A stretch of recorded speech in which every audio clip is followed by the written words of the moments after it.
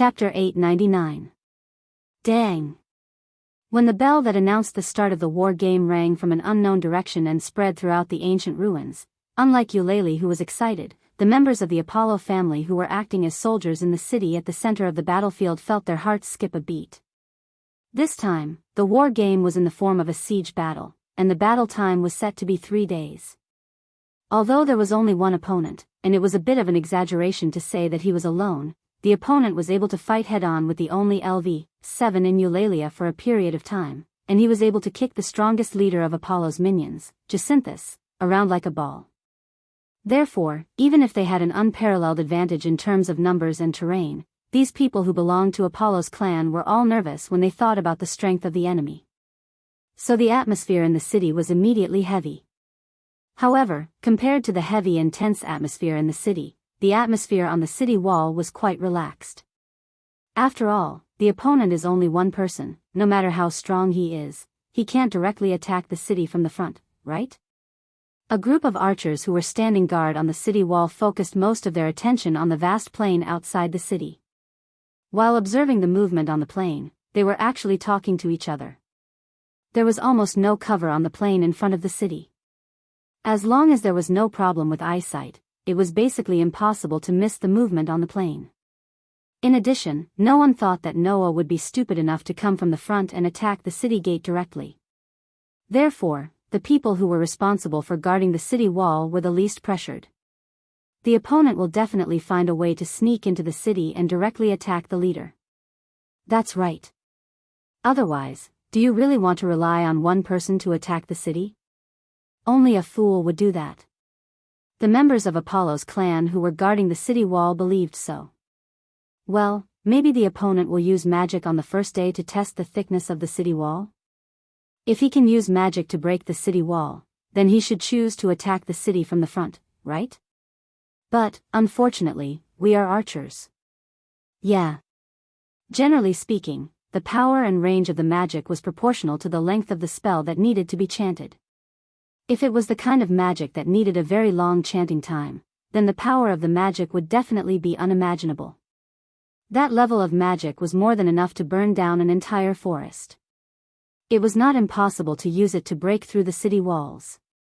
However, the longer it took to cast a powerful spell, the greater the consumption of spiritual energy would be. When using magic, mental strength would gradually transform into mana as the incantation was chanted. Naturally, the more concentration he consumed, the stronger the mana he converted into mana, and the easier it was for others to sense his mana fluctuations. Therefore, if it was an extremely long incantation that could break through the city walls, it would probably be discovered by the people on the city walls halfway through. At that time, as long as a rain of arrows rained down while chanting magic, the enemy who couldn't be distracted would instead become a real target. It was because of this that these archers were so relaxed.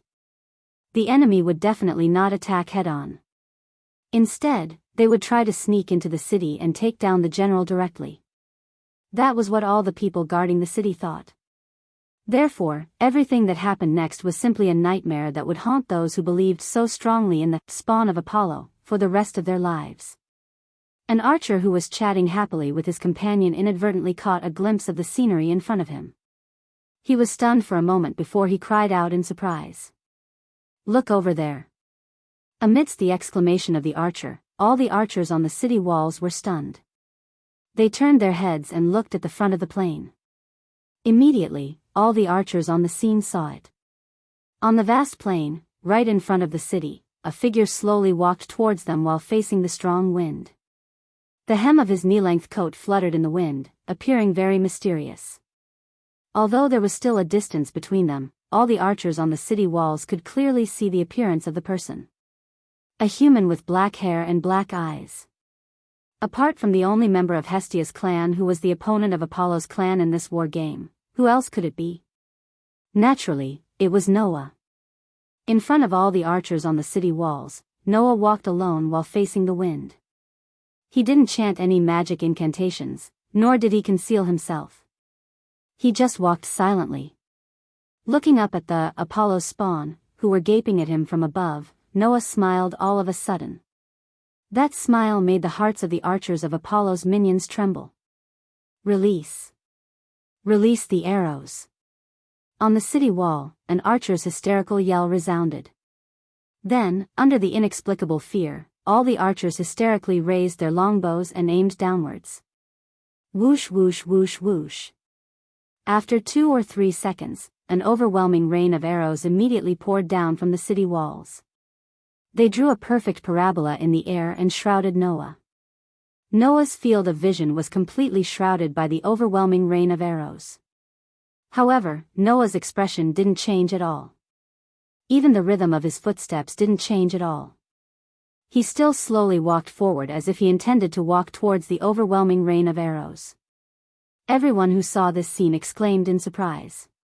Bang!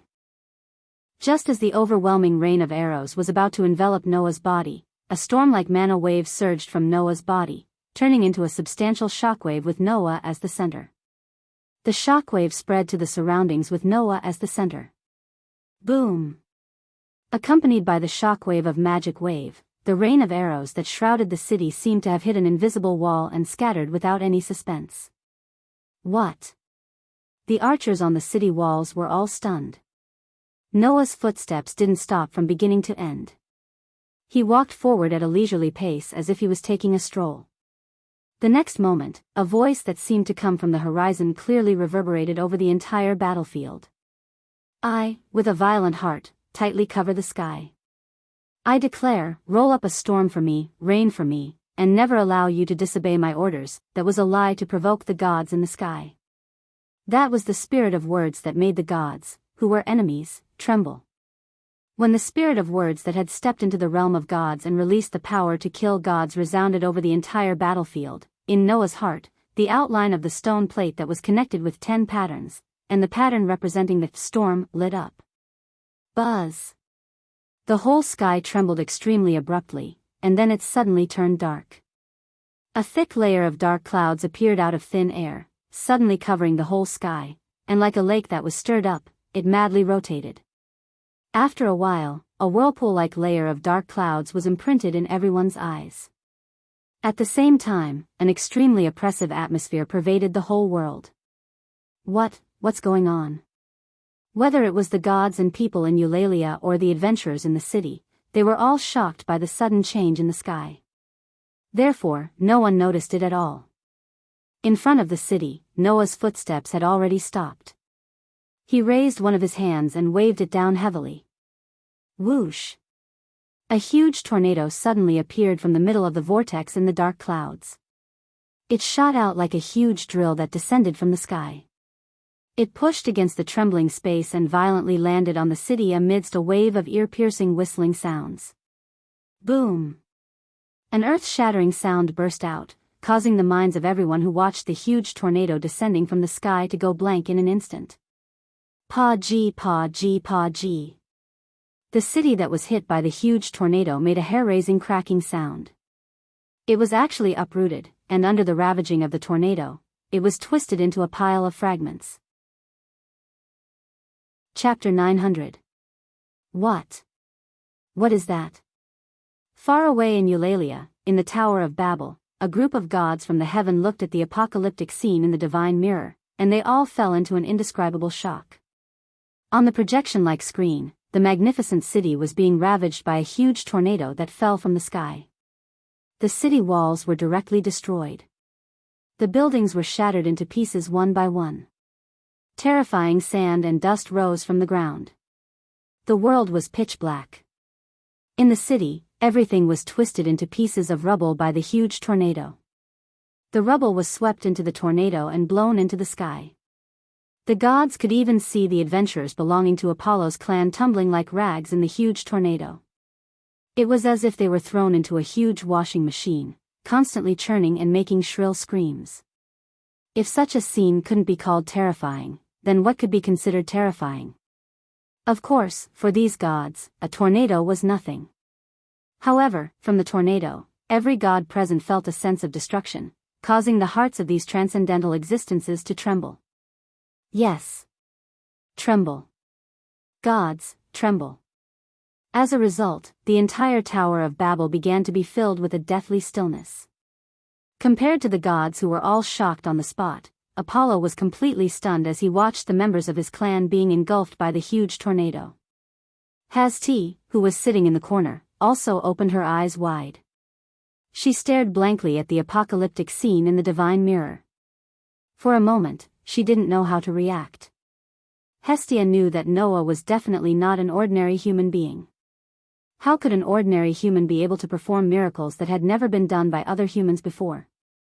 Hestia, who had witnessed Noah's incredible feats with her own eyes, never doubted that Noah was mysterious. She also knew that Noah must be hiding some big secrets. But Hestia didn't expect that Noah's miraculous abilities were still beyond her imagination. What kind of person is that child? A god from an unknown place murmured this sentence, but it was also the deepest thought in the hearts of all the gods present. Only Freya stared at the divine mirror. Standing in front of the city that was gradually being uprooted by the huge tornado, Noah's robe was fluttering wildly in the wind, but he stood still like an indomitable hero. Now, his body was trembling. At this time, in Freya's eyes, the brilliance of Noah's soul, which was originally as hot and dazzling as the sun, instantly soared countless times. If that radiance appeared in the form of light, it would definitely be able to burn and blind the eyes of any god or human. Freya, who saw this scene with her eyes that could see through other people's souls, tried her best to suppress the impulse that surged from the depths of her body. Her cheeks were completely red, and her body became extremely hot. She felt like she was about to burn up. This unprecedented pleasure brought Freya extreme insanity. Ha. Ha ha ha. Ha ha ha ha. Ignoring the astonishment of the gods around her, Freya laughed maniacally as if there was no one around her. She laughed maniacally like she would never do in the past. So beautiful. So beautiful. It's too beautiful. In front of others, Freya had always been very careful about her image as a goddess of beauty. However, the brilliance of Noah's soul was so dazzling that Freya couldn't care less. She hugged her body tightly and laughed enchantingly and crazily. From this, one could see how much Noah had stimulated Freya.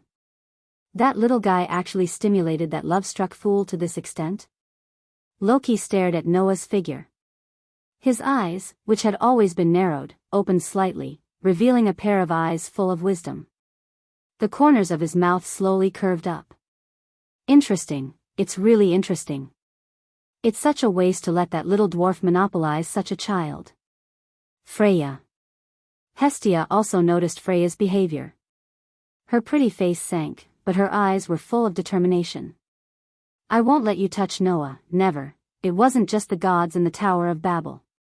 Even the residents in Orly, whether humans, elves, dwarves, orcs, or Amazons, were all shocked by the earth-shattering scene.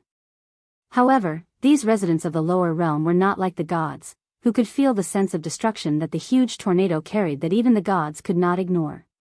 They only knew that Noah had launched a spell that could destroy the entire city in an instant. Oh!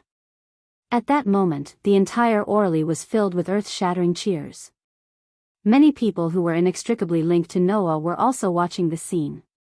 For example, Baal, who was so excited in the headquarters of Hestia's clan that he could not find his bearings. For example, in the headquarters of Sumo's clan, there was a petite little human girl with a frightened face. For example, in Loki's clan, there was a group of first-level adventurers with dull faces. For example, there was a beautiful girl with waist-length blonde hair and bright eyes, who was wearing a bracelet on her wrist and staring intently at Noah, who was standing in front of the huge tornado like an indomitable hero. Whoosh! The huge tornado was still raging on the ground, setting off an amazing gust of wind that swept in all directions. Standing in front of the huge tornado and staring at the disaster caused by his storm incarnation, Noah's pair of dark and deep eyes flashed slightly, and then he cancelled the use of authority. The huge tornado that was raging wildly suddenly stopped. Boom! Without any warning, the huge tornado suddenly burst open, turning into layers of wind and waves, shaking the surroundings and gradually dissipating. Immediately, the debris, rubble, and wreckage of the city swept up by the huge tornado fell from mid-air, like a collapsed mountain of rocks, crashing to the ground with a loud bang. Boom! In the situation where even the ground trembled slightly, a large number of debris, rubble, and wreckage fell in front of Noah, causing a heavy bang and smoke to fill the sky. It didn't take long for the world to return to calm from the state of destruction just now, as if nothing had happened. However, the sturdy city had been completely reduced to ruins. This told everyone that everything was real. In the ruins of the dilapidated city, the members of Apollo's clan were either buried under the rubble or lying on pieces of broken building wreckage. All of them were motionless. Although they looked like they were dying, in fact, these people didn't suffer much damage at all, they just fainted. After all, the tornado just now was mainly used by Noah to destroy the city. The power had been deliberately suppressed by Noah to the point where it wouldn't kill people. Looking at the huge ruins, Noah curled his lips, lifted his feet, and walked purposefully in one direction of the ruins. After crossing the piles of rubble, pieces of debris, and wreckage of buildings, Noah came in front of a person lying on the ground and looked at him condescendingly. "How do you feel, Captain Jacintos?"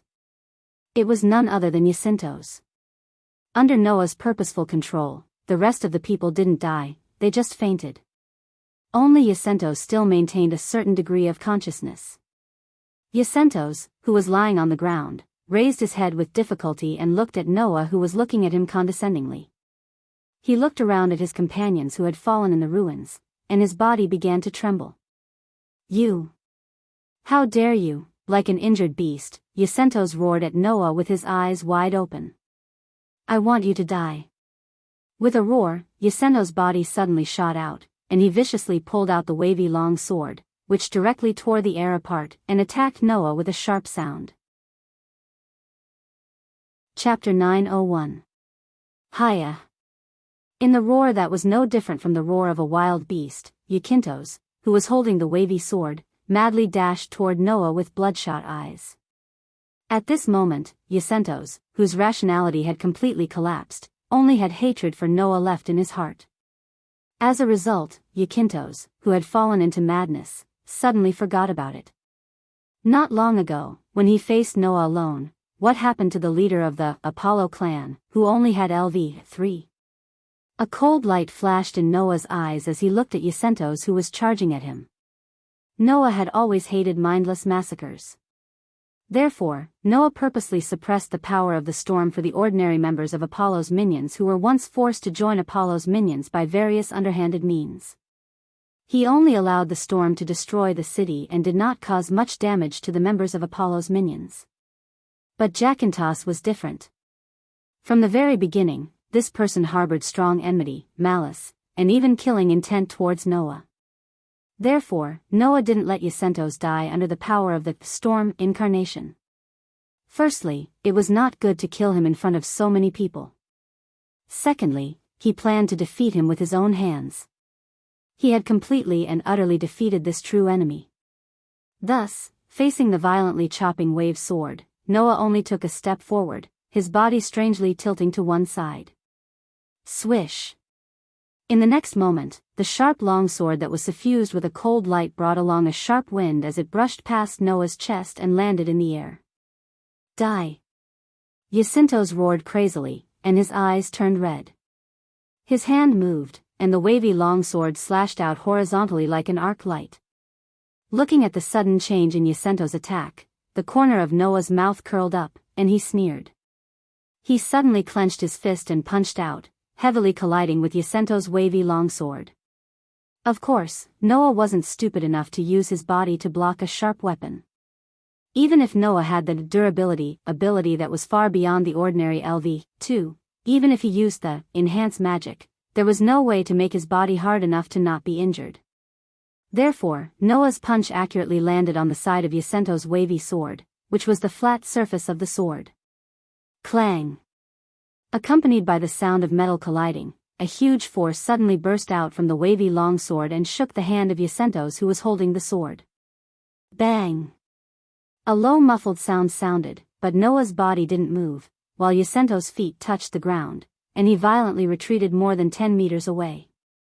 Seeing the fight between Noah and Jacintos and how Noah easily pushed Jacintos back, the gods and people far away in Eulalia all cheered out loud. Now, no one doubted Noah's victory. No. No, in the Tower of Babel, Apollo's hypocritical face finally disappeared completely. What was left was only a pale face, and he was still shouting at the god's mirror. Yacentos. You can't lose. You can't lose. Seeing how Apollo looked as if he was holding on to his last straw, the gods around him looked at him with pity and sympathy. So, didn't I say it? Loki curled his lips. So shallow. On the other side, Yacintos hadn't recovered from the shock yet. He felt that his arm that was holding the weapon was numb, and he let out a muffled groan. In front of Yacintos, Noah just looked up with a calm face and slowly raised one of his hands. Hum. A golden ripple suddenly fluctuated from the back of Yacintos without any warning. Inside, a luxurious knight's sword suddenly appeared. The movement from behind made Yacintos's pupils shrink, and he quickly moved to the side. However, just as Yacintos was about to retreat, the luxurious knight's sword shot out from the golden ripple like a bullet. It was mixed with a sharp force, and it mercilessly shot toward Yacintos's back. Knowing that he couldn't dodge the knight's sword anymore, Yacintos turned around and swung his sword at the knight's sword behind him, ignoring the pain in his body that was caused by the sudden movement of his sword. Clank. The sound of steel colliding with steel was heard. Crack. Almost at the same time, the sound of the wavy sword in Yacintos's hand cracking echoed. Bang. Yacintos's wavy sword, which could only be regarded as a level 3 weapon, was directly shattered into pieces by the noble phantasm that only existed in myths and legends. Immediately afterward, a chain suddenly shot out from the golden ripples that hadn't disappeared yet. Like a whip, it viciously lashed at Yacintos. Dong! With a muffled sound, the chain that turned into a whip hit Yacintos's chest heavily. Poochie! The huge impact from his chest made Yacintos spit out a mouthful of blood, and his body flew backward like an arrow that was released from a bow. In the end, he crashed into a broken wall heavily. The sharp pain hit Yacintos's head, and his vision began to blur as his body fell down. Just as Yacintos's body was about to fall down, a hand suddenly reached out and grabbed Yacintos's neck, hanging him up. Guh. The feeling of suffocation replaced the sharp pain, and Yacintos reflexively grabbed the hand that was grabbing his neck and began to struggle in pain. In the end, Yacintos only saw a pair of dark and deep eyes that were filled with coldness.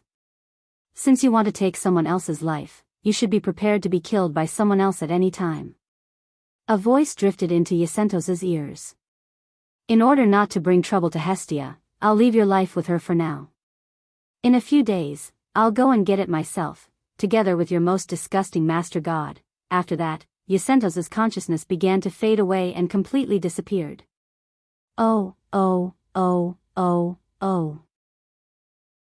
In the divine mirror, Noah threw Yacintos's head down on the ground like a rag and then turned around and left as if he had done something insignificant.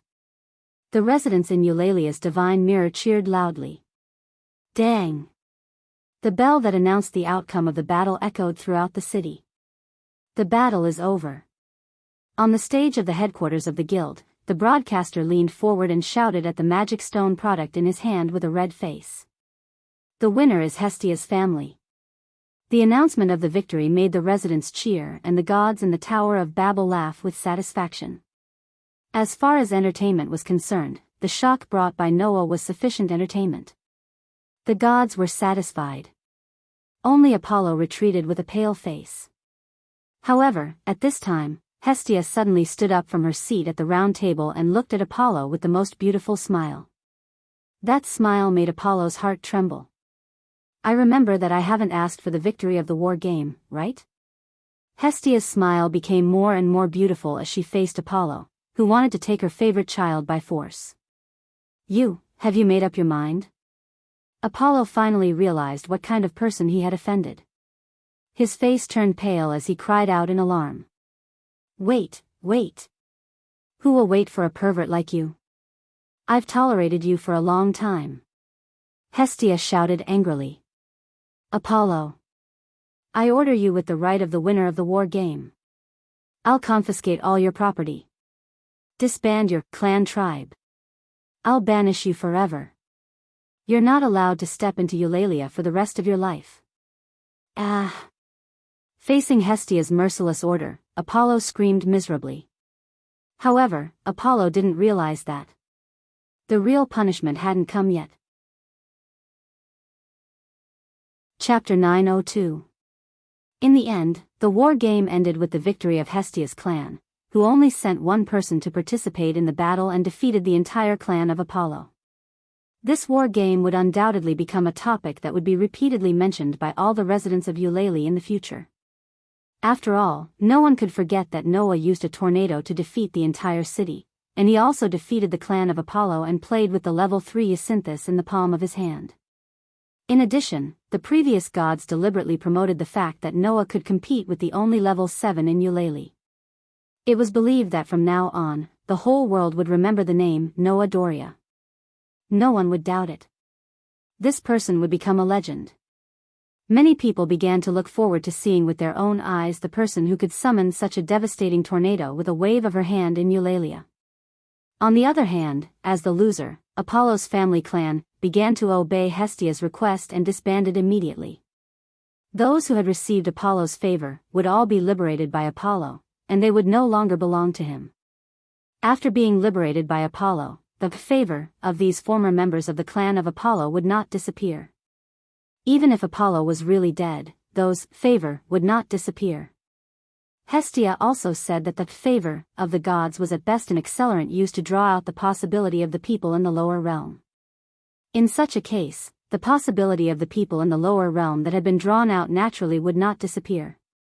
However, without the main god, the ability value could no longer be updated, and the favor from the gods would also lose its vitality, so the possibility of being drawn out would be in a frozen state. There was no way to enhance the ability of the people who received the favor. Including basic ability, development ability, magic, skills, and so on, all would be sealed. Of course, it was only because of the loss of the main god that the effect could not continue to be maintained, but the possibility of being drawn out did not disappear. When these people rejoined the clan and received the blood of the main god of other clan, the sacred text engraved on the back of these people would once again exert its effect without any decrease. Therefore, some of these former members of Apollo's clan began to explore their future path, some accepted the recruitment of other clans, and some were unable to recover from the setback. Everyone had their own path of development. Naturally, a small number of people who were really fascinated by Apollo would continue to follow Apollo and leave Eulalia. For example, Jacinthus. This person would definitely leave with Apollo. As for all the property left by the clan of Apollo, it all belonged to the clan of Hestia. In the dark night, at the city gate of Eulalia, a group of people came out of the city sparsely. Looking around at the few members who were following him, Apollo recalled the glory days of the past. His face was filled with bitterness. Those adorable children that I finally managed to get my hands on have all left me. This was the result of forcefully seizing and using all kinds of pestering and underhanded methods to pursue the person one liked. As a result, except for the people led by Jacinthus, more than 80% of the clan of Apollo did not choose to follow Apollo, and they left this god who was extremely dirty in all aspects without hesitation. Apollo, are we just going to let it go like this? Jacinthus' face was full of unwillingness. It's all because of that Noah dole that we have fallen to this state. Apollo, that man is not worthy of so much love from you. Like Jacinthus, the rest of the people who followed Apollo more or less showed some unwillingness and hatred. It can't be helped, Jacinthus. That child is too outstanding, too dazzling. Even Goddess Freya and Goddess Loki are trying to get that child. How can I, Apollo, not be captivated by him? Apollo sighed with some sadness, but in the next second, he showed a somewhat ugly smile. However, since I can't get that child, then let me leave some gifts for him. Hearing this, Jacinthus' eyes lit up, and the unwillingness and hatred on his face eased a little. Although he was obsessed with Apollo, because of this, no one knew Apollo better than Jacinthus. With the vile divinity of Apollo, who did not hesitate to use any underhanded means to force the person he fancied into his arms, now that he had finally stumbled in front of a person, how could there not be some trouble left behind? Even if I can't get that child, I have to leave a deep impression on that child. Apollo's dazzling smile as usual bloomed in the dark night. Whether it's love or hate, as long as I can make that child remember me, I have to try, right? As soon as this sentence fell from Apollo's mouth, a cold voice sounded and drilled into the ears of everyone present. I think, let me leave an unforgettable impression on you. When that cold voice sounded and drilled into the ears of the remaining members of Apollo's family led by Apollo, everyone present was shocked, and they suddenly raised their heads and looked forward. They saw that under the dark moonlight, a figure appeared on a tree without them noticing. Leaning against the trunk, he looked down at the group of people led by Apollo with a faint smile on his face that made everyone feel a slight chill in their hearts. It's you? Apollo said in shock. It's you? Jacinthus was slightly stunned at first, but then his face sank, and hatred appeared in his eyes. Noah Dole. Hearing this name, the group of people who planned to follow Apollo reacted, and like Jacinthus, they looked at Noah with hatred and malice in their eyes. Noah, who was leaning against the trunk, clearly saw the hatred and malice in the eyes of those people, and his voice was full of indifference. It seems that the guys here are not innocent. Even if you kill them, it should be fine, right? Kill them? Apollo was stunned on the spot. Kill them? Those who followed Apollo didn't realize anything from Noah's words at all, and they all looked at each other. Kill them? Only Jacinthus recalled the words he heard before he was defeated by Noah during the war game, and a sense of crisis surged all over his body, causing him to yell out loud. Quick! Kill him! He's here to kill us. However, this sentence instead became the talisman that hastened the death of everyone present. Although the remaining members of Apollo's family didn't understand what was going on, when they heard Jacinthus' order, the hatred and malice in their eyes finally exploded. The hatred and malice in these people's hearts had already reached the limit of the culprit who forced them into this situation. It was to the point that these people had forgotten. This person in front of them was not someone they could deal with. Hiya. Therefore, without any hesitation, except for Jacinthus who was protecting Apollo, the rest of the people raised their sharp weapons and charged toward Noah while roaring. However, at the same time, beside Noah who was leaning against the tree with his arms crossed, golden ripples suddenly flashed in the air like water waves, and weapons popped out one after another. Luxurious weapons such as sabers, swords, spears, halberds, and other weapons shot out from the golden ripples like arrows leaving their bowstrings. Carrying streams of light composed of golden particles, they shot out like deadly beams of light, piercing through the space and enveloping the charging people. Poochie! Poochie! Poochie! There was no surprise at all. Along with the sound of bodies being pierced through, the remaining members of Apollo's family who were not even at LV-3, and some of them were only at LV-1, had their bodies pierced through by the treasures one by one, bringing out bursts of crimson blood. They didn't even have time to scream. These people all fell to the ground. Chapter 903. Peng. Peng, peng, peng. Along with a series of dull thuds, the remaining members of Apollo's clan fell to the ground one by one with bright red blood stains, and the life force on their bodies began to disappear gradually. After these people fell to the ground, the noble phantoms that pierced through their bodies also turned into light particles and returned to Noah's treasure vault. What? Apollo's eyes widened as he looked at the scene in front of him in disbelief. Of course, Apollo's disbelief was not because he doubted that Noah had the ability to kill those people in an instant, but because he couldn't believe that Noah actually killed them. You! Jacinthus also shouted out in shock. You actually killed them?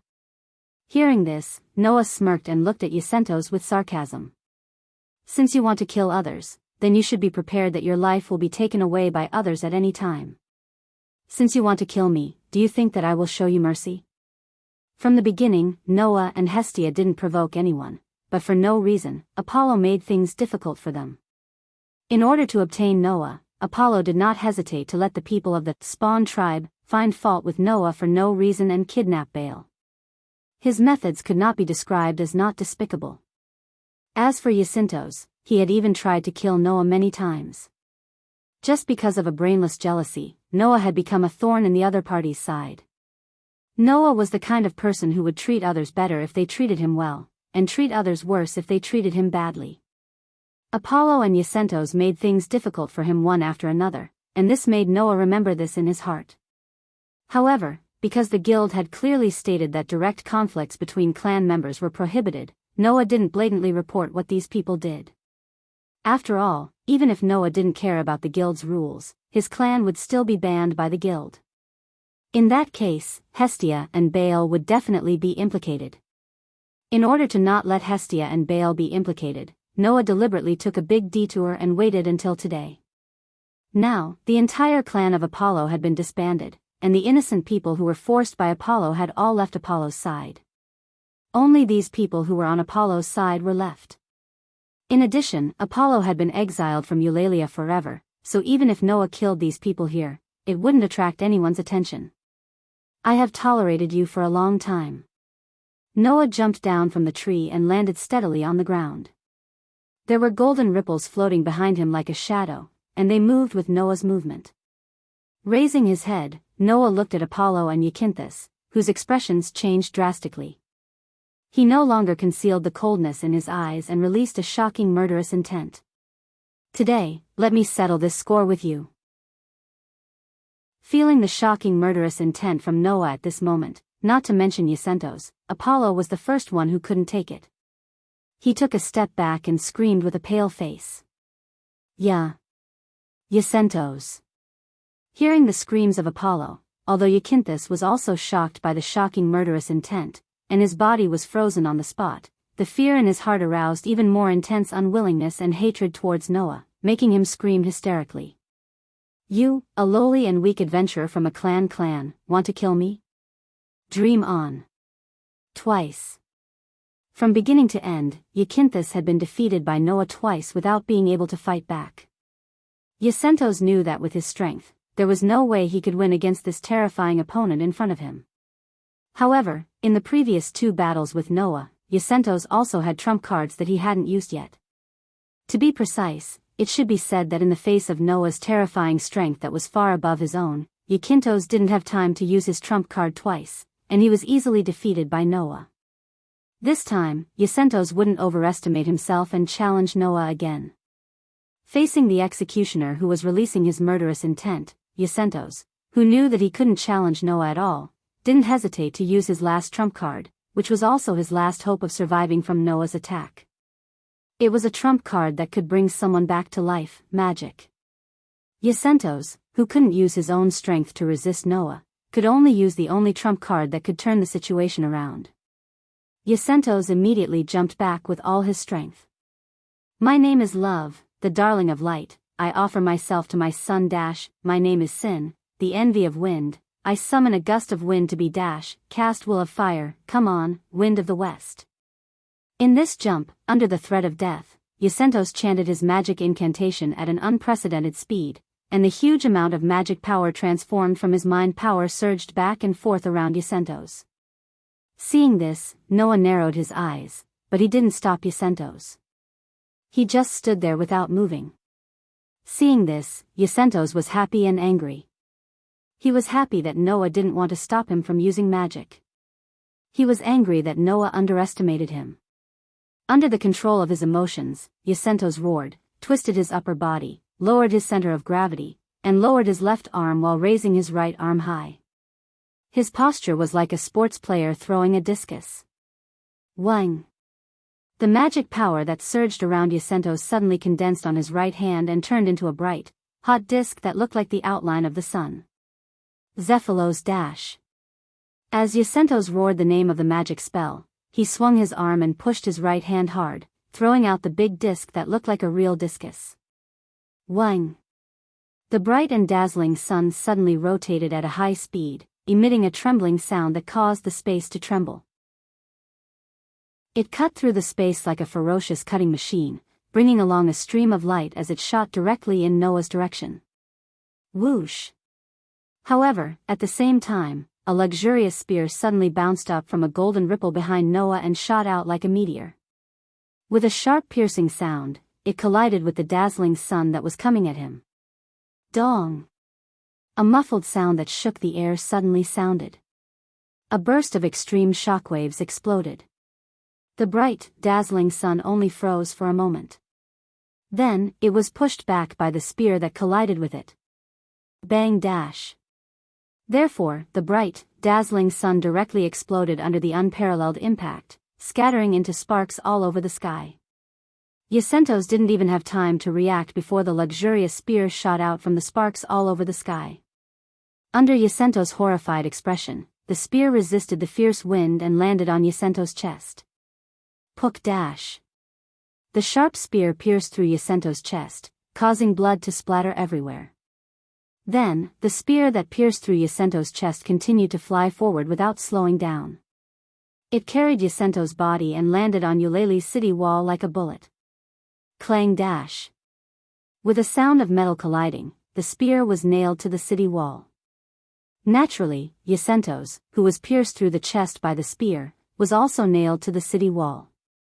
His eyes were wide open, and blood was flowing out of his mouth and chest, but he couldn't move anymore. Yacentos was dead. Yacentos. Apollo let out a miserable cry. However, at this moment, golden ripples began to reverberate around Apollo, surrounding him within. In the next second, silver chains with wedges of different shapes burst out from the golden ripples. They wrapped around Apollo's body and wrapped around him. Pa! As the chains were pulled, Apollo screamed in pain as he was lifted into the air. Chapter 904. From the moment Yacinthus decided to use magic to gamble everything, to the moment Noah used his noble phantasm to defeat Yacinthus' last resort, Noah killed Yacinthus and hung Apollo up with Enkidu. The whole process didn't even take 20 seconds. In 20 seconds, Yacinthus, who was a LV-3 adventurer, was killed, and Apollo, who was the main god of Apollo's family, was also bound. Such a rapid development made Apollo's mind a little blank. He was stunned and couldn't move. At this time, in Apollo's heart, there was finally a feeling called regret. For Apollo, he just wanted to get what he wanted, and he didn't consider the feelings of those who were harassed by him. Therefore, Apollo never felt that what he did was wrong, and he never felt that there was anything wrong with it. Therefore, even if he was defeated in the war game, even if Hestia announced the disbandment of Apollo's family as the winner, Apollo didn't feel any regret. After all, for these gods, the joy, anger, sorrow, and other things that could lead to these feelings were just a kind of enjoyment. The regret in Apollo's heart was also a kind of enjoyment that belonged to the gods. In the hearts of the gods, this lower realm was actually a game to experience life. Therefore, Apollo didn't realize. Tonight, the person who appeared here to completely solve the remaining problems of Apollo's family was not going to end the game called life, but the life of a god. Looking at Apollo's face full of regret, Noah's eyes flashed, and he reached out his hand to a golden ripple on the side. Wang! In the tremor of the golden ripple that seemed to be imprinted in space, a long spear like floating from the water bounced out of the golden ripple, and it just happened to fall into Noah's outstretched hand, and it was pulled out by Noah from the golden ripple. Upon closer inspection, it was actually a long spear that was dark red in color. However, there wasn't only one spearhead of the long spear. Instead, it was like a fork, like a parallel line. It was divided into two, and stretched out in a forked shape.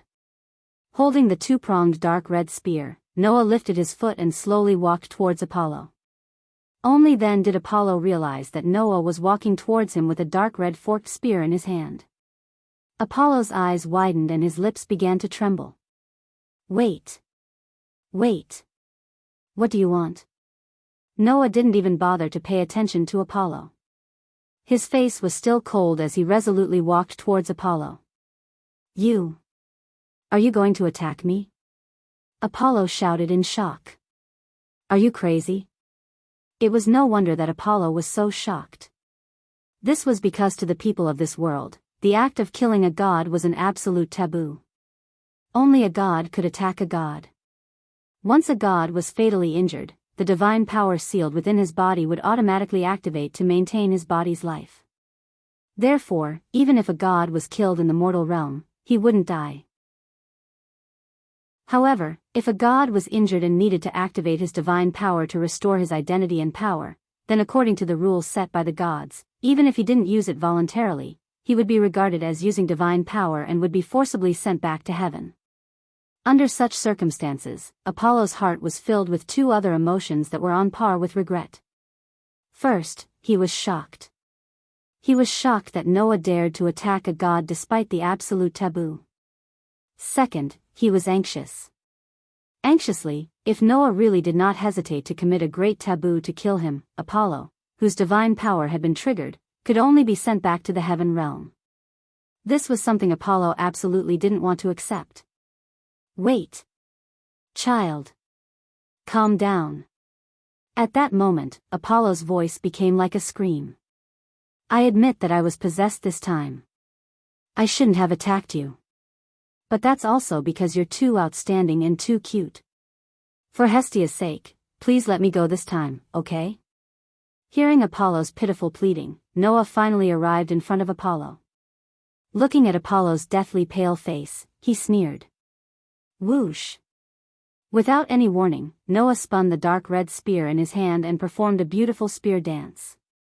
As Apollo's expression changed, the relic in his hand turned into a red lightning bolt and pierced towards Apollo with a sharp wind. Slash! The familiar sound of a body being pierced echoed in the air. The dark red spear pierced through Apollo's chest and crushed his heart. Apollo opened his mouth and let out a silent scream. He stared at Noah with his eyes wide open and his eyes were filled with disbelief. Let you go this time? Noah, who was holding the dark red spear, laughed sarcastically. Then, have you ever thought of letting go of those innocent people whose lives were almost ruined by you, who were taken by force, just this once? Apollo's eyes widened and finally, the light in his eyes began to fade. Clang! At that moment, a strong light that was stronger than any light in the world burst out from Apollo's body and illuminated the darkness. Undoubtedly, the divine power in Apollo's body, which was fatally injured, was triggered automatically to save Apollo's life. The dazzling light kept flowing around Apollo's body and restored the light in his eyes that was about to fade away. Buzz!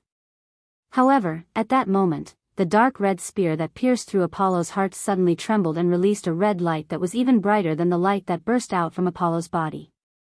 Under this dazzling red light, the light flowing around Apollo's body trembled violently and was actually dispelled. The red light that blossomed from the dark red spear also poured into Apollo's body and attacked Apollo's body that had recovered the identity of a god and even the life in this body. Ah ah ah ah ah. Apollo finally let out an uncontrollable scream. Do you think that I'm just going to send you back to heaven? Noah was indifferent and even smiled indifferently. Unfortunately, you're wrong. I want you to completely disappear from any corner of this world. After saying that, Noah poured the magic in his body into the dark red spear in his hand like a flood. This spear had a name that was impossible for anyone not to know. Longinus spear. It was a spear that was clearly recorded in the Bible that pierced through the Son of God named Jesus. Because of this incident recorded in the Bible, this spear had the power to cause harm to God. Therefore, it was also known as the Spear of God. Through the hands of Gaia and Aleia, this spear fell into Noah's hands. The ability of this gun was similar to that of the Enkidu, which was also an armament used against the gods. The Heavens Lock's ability was that the higher the target's divinity, the stronger it would become. The Longinus spear's ability was that the higher the target's divinity, the more damage it would cause. With Apollo's rank as a god, his divinity was high enough to instantly kill him. Thus, in the midst of Apollo's mournful screams, he who was tightly bound by the silver chains was suddenly swallowed by the red light and turned into a burst of light particles, gradually disappearing. Apollo, dead. Perhaps, until the end, Apollo would never believe that in this game called the Lower Realm, he would actually lose his life. However, this world doesn't have Pandora's great curse, so it's impossible for the person who killed God to obtain God's authority. Leaving this sentence, Noah was just about to turn around and leave when a burst of brilliant white light suddenly appeared in front of his eyes from where Apollo turned into light particles and disappeared. Seeing this, Noah's footsteps stopped as he was stunned. It can't be. Chapter 905. Clang. In the space where the existence called God was annihilated in the long river of history and turned into a burst of light particles and dissipated, an incomplete feather that was flowing with extremely pure white light slowly floated down and suspended in the space in front of Noah. Looking at the incomplete holy feather, Noah was completely stunned. He even stretched out his hand towards the incomplete feather with some uncertainty. The next moment, the incomplete feather that only Noah could see was like a bird returning to its nest. With a tremor, it floated without hesitation towards Noah's outstretched hand and gently fell into Noah's palm. Feeling the weightless but extremely familiar touch, Noah's somewhat disbelieving expression gradually turned into a wry smile, and finally, it turned into a dumbfounded expression. So that's how it is. This kind of thing can also happen. Noah really didn't expect that he would actually find the lost world fragment in this world under such circumstances. Originally, Noah planned to temporarily train the ability value he got from Hestia, and after confirming how much help the world fragment brought to him, he would think of a way to find the world fragment. Who would have thought that, in order to get rid of a perverted god who was obviously a male but had designs on her, she had accidentally caused the world fragment to appear. As mentioned before, the world fragment existed in various forms. Sometimes it was lodging in an object. Sometimes it was lost in a certain corner. Sometimes it was a substantial existence that was picked up by someone. Sometimes it needed to meet a certain condition to appear. In the world of the Dark Bullet, Noah saw the world fragment because he saw hope and miracle in that world that was facing despair. This time, it was just the same thing happening once again. The difference was that this time, the condition for the world fragment to appear was not to see hope and despair, but to destroy the god who was enjoying the world as a game. If Apollo didn't find Noah and used all kinds of despicable means to challenge Noah's bottom line and arouse Noah's killing intent, then, perhaps, Noah would never be able to find the world fragment in this world. After all, Noah wouldn't suddenly kill a god for no reason, right? Should I say that fate is playing tricks on me? Or is it fate playing tricks on me? After retrieving the world fragment that he accidentally found, Noah looked at the gradually disappearing light particles and smiled slightly. You should feel proud. In the end, your meaningless life made a world be reborn. After saying that, Noah looked around. Looking at the remaining scourges of Apollo's family on the ground and Jacinto's who was nailed to the city wall by a spear, he waved his hand, and golden ripples appeared on the corpses one by one. Immediately, from each golden ripple, a bottle filled with an unknown liquid appeared and smashed on the corpses. Bang, bang, bang, bang. The bottles exploded one by one, and the liquid inside directly drenched the corpses. Bang. Then, a burst of scorching flames suddenly burned from the corpses and covered them all. In this way, including the god, the entire Apollo's family disappeared without a trace. Noah looked at the dark moonlight, turned around, and walked into Orly's house. Cheers. In the base camp of Hestia's family, Noah, Hestia, and Baal were all holding a drink in their hands, and with a crisp, ding sound, they clinked their drinks with each other. At this moment, on the table in front of the three of them, there were plates of hot dishes piled up, and some of them could only be stacked on top of each other. It was obvious that Noah, Hestia, and Baal were holding a small celebration party. It had been several days since the end of the war game. Because they had been busy receiving the property left behind by Apollo's family, Noah and the others hadn't been able to hold a celebration party. Today, when Hestia came back, she immediately said that the property of Apollo's family had been received, and even the base camp of Apollo's family had been sold for money, so they could hold a celebration party. Upon closer inspection, one could see that in the corner of the hall, there were sacks the size of sacks. Of course, those sacks weren't filled with rice, but with golden coins. Those were all brought back by Hestia after she had converted the property of Apollo's family into money. Noah still remembered that Baal's eyes almost popped out of their sockets when he saw those sacks filled with dazzling gold coins.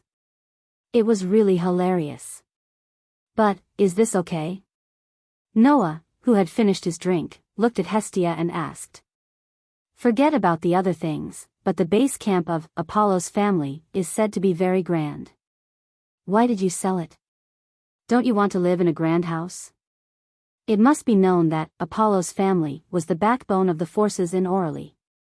There were 110 combatants who participated in the war game alone. To let so many people live in a base camp, one could imagine the size of the base camp.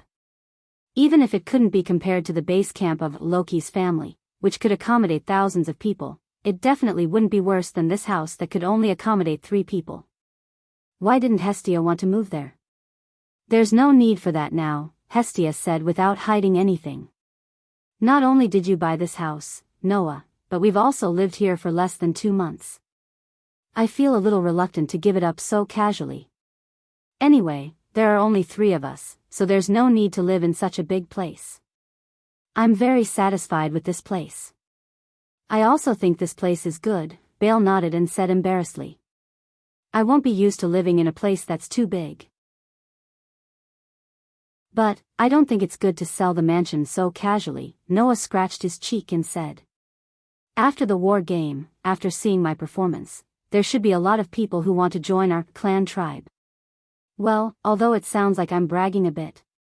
You're not boastful, Noah, Hestia corrected him. Your performance in the war game was without a doubt the best. That's right. Bale nodded even more quickly as if he wanted to increase the credibility of his words. Captain, you were really amazing that day. You destroyed a city with a single spell. You defeated the entire Apollo's family single-handedly. I'm sure many people in Orly are starting to admire you, Captain. I'm embarrassed to be told that by my own people. Noah smiled embarrassedly and shrugged. If that's the case, many people will want to join our family. When that time comes, this small place won't be able to accommodate so many people, right? You're right. Hestia's expression became a little uncertain. It's just that I don't want to suddenly increase the number of members. You don't want to suddenly increase the number of members? Bale was stunned. You don't want to suddenly increase the number of members? Noah was also stunned. Why is that? Hearing this, Hestia couldn't help but recall what had happened when the war game announced the victory of Hestia's family. She had judged Apollo and waited until the gods began to leave the Tower of Babel. After Hestia judged Apollo, the gods who were gloating over Apollo's misfortune took the initiative to escort Apollo and witness him passing the property of Hestia's family to Hestia. Seeing Apollo being escorted away by the gods, Hestia was in a good mood and planned to follow them. Hestia. At this time, a voice stopped her.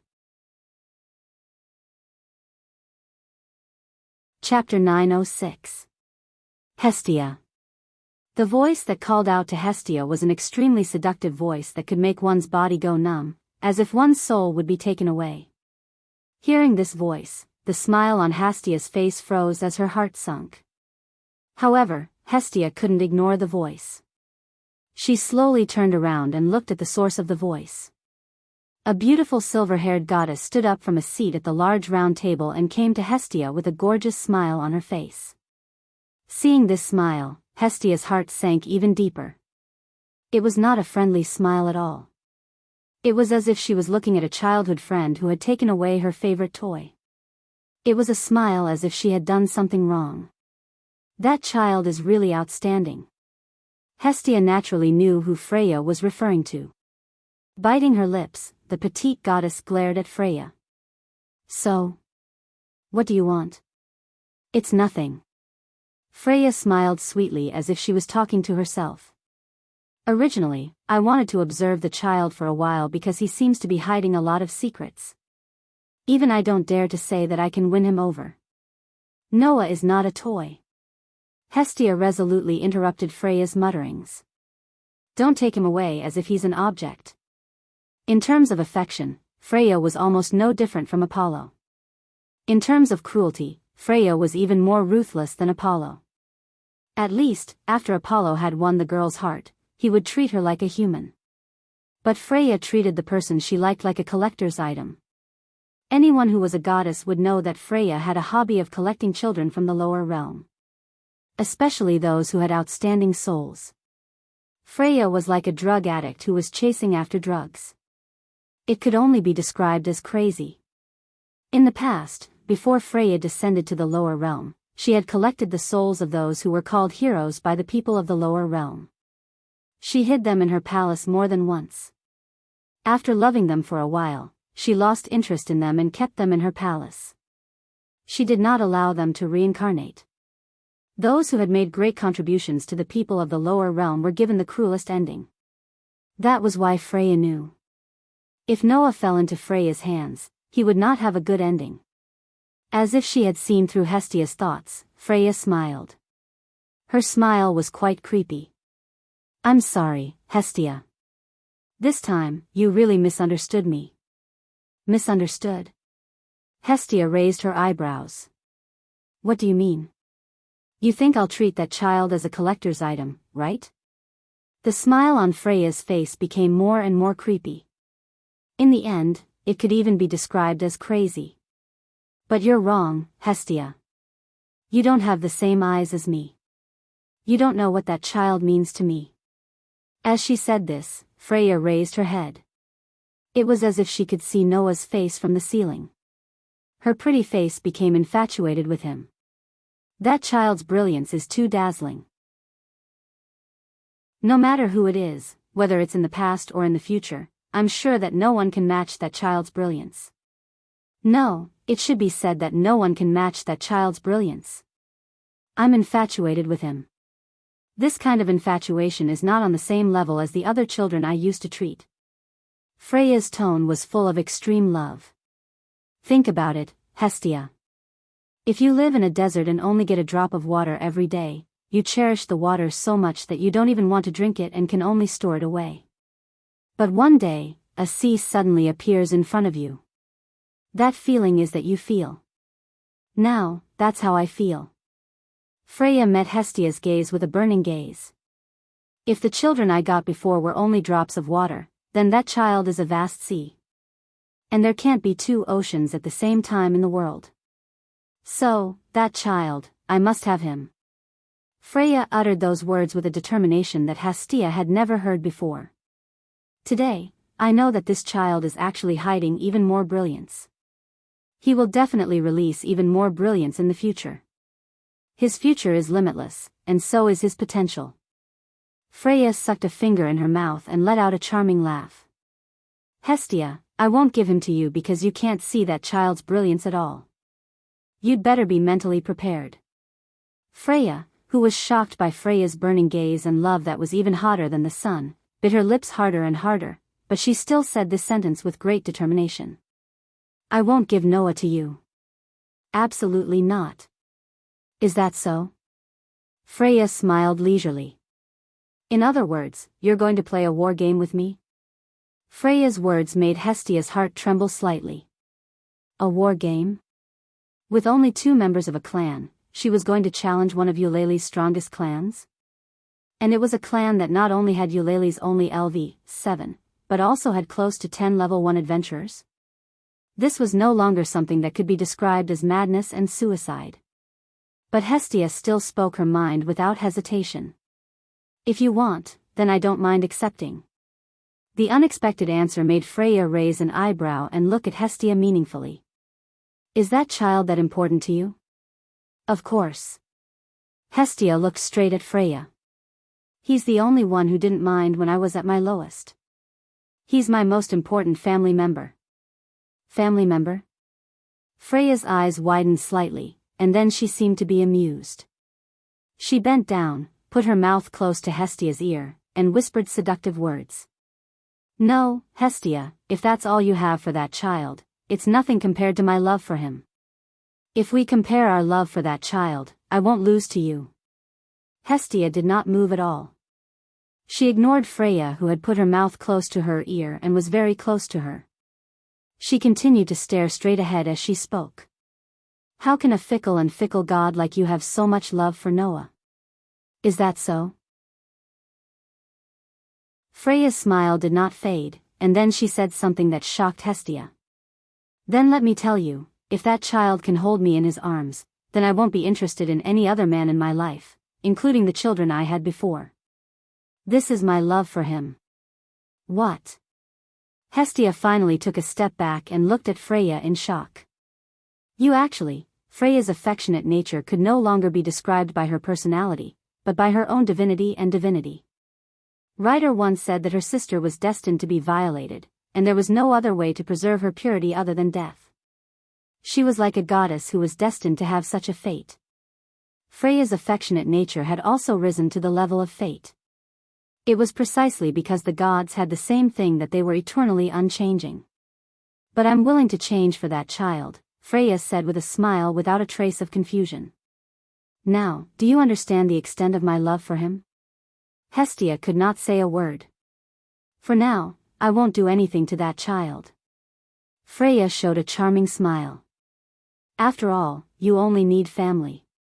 When your family grows to a certain extent, then I'll go find him. With these words, Freya turned around and left the scene with her melodious footsteps. Hestia looked at Freya's back as she gradually disappeared into the distance. She lowered her head, and her eyes were filled with uncertainty. Chapter 907. She couldn't help but bite her lip when she recalled what had happened back then. Noah and Baal exchanged glances with each other when they saw Hestia suddenly falling into silence. What's the matter? Noah keenly sensed that Hestia seemed to have something on her mind. Did something happen? Hestia didn't speak. She just raised her head and stared at Noah. After a while, she suddenly hugged Noah. Baal's eyes widened and his face flushed. Even Noah was a little startled by Hestia's sudden action. It couldn't be helped. The impact of Hestia's petite yet beautiful figure was simply too wonderful for words. No matter how much time had passed, Noah still couldn't get used to this contrast. Noah's tone sounded annoyed as he couldn't control his emotions. Hey, didn't I tell you not to hug me so easily? Before Noah could finish his sentence, his voice suddenly weakened. Hestia, who was hugging Noah tightly, was trembling slightly. Hestia's eyes, which were fixed on Noah, were also filled with extreme uneasiness. Noah had never seen such uneasiness in Hestia before. When Noah saw the uneasiness in Hestia's eyes, he suppressed the trembling in his heart and became speechless. Noah, Hestia's slender arms hugged Noah tighter and tighter. Her voice was filled with deep uneasiness. You won't leave me, right? When these words came out of Hestia's mouth, both Noah and Baal's expressions returned to normal. My lord. Baal opened his mouth as if he wanted to say something, but because he was too clumsy, he didn't know what to say. Noah regained his composure at once. His attention was no longer focused on Hestia's soft body. He put his hand on Hestia's head and gently stroked it as if he was comforting her. Why did you suddenly say that? Because I'm not as smart as Loki, and I'm not as charming as Freya. Even Apollo's brain is much better than mine. A useless god like me can't do anything other than hide at home and read books all day. Hestia's tone was full of dejection. You, on the other hand, not only have terrifying potential, talent, and possibilities that even the gods can't see the bottom of, but even Eulalie's only LV7 couldn't do anything to you. You uprooted the entire spawn of Apollo, and Freya and Loki even threatened that they couldn't take you away by force. Is it really okay for an excellent child like you to follow a useless god like me? Saying this, Hestia's lips trembled, and her expression revealed an unprecedented weakness. Do I really deserve to have you? In just one or two sentences, all of Hestia's uneasiness and weakness were exposed. But there was nothing she could do about it. Just like what Hestia had said, Noah's performance in the past 1 to 2 months was unparalleled, even if he had obtained the two most powerful spawns of Olalai, Freya's spawn and Loki's spawn, which were also known as the twin kings of Olalai. Noah's performance was unparalleled. Freya once said that Noah's brilliance was the most dazzling she had ever seen in her life. Even if it was the eternal calamity, no one could match it.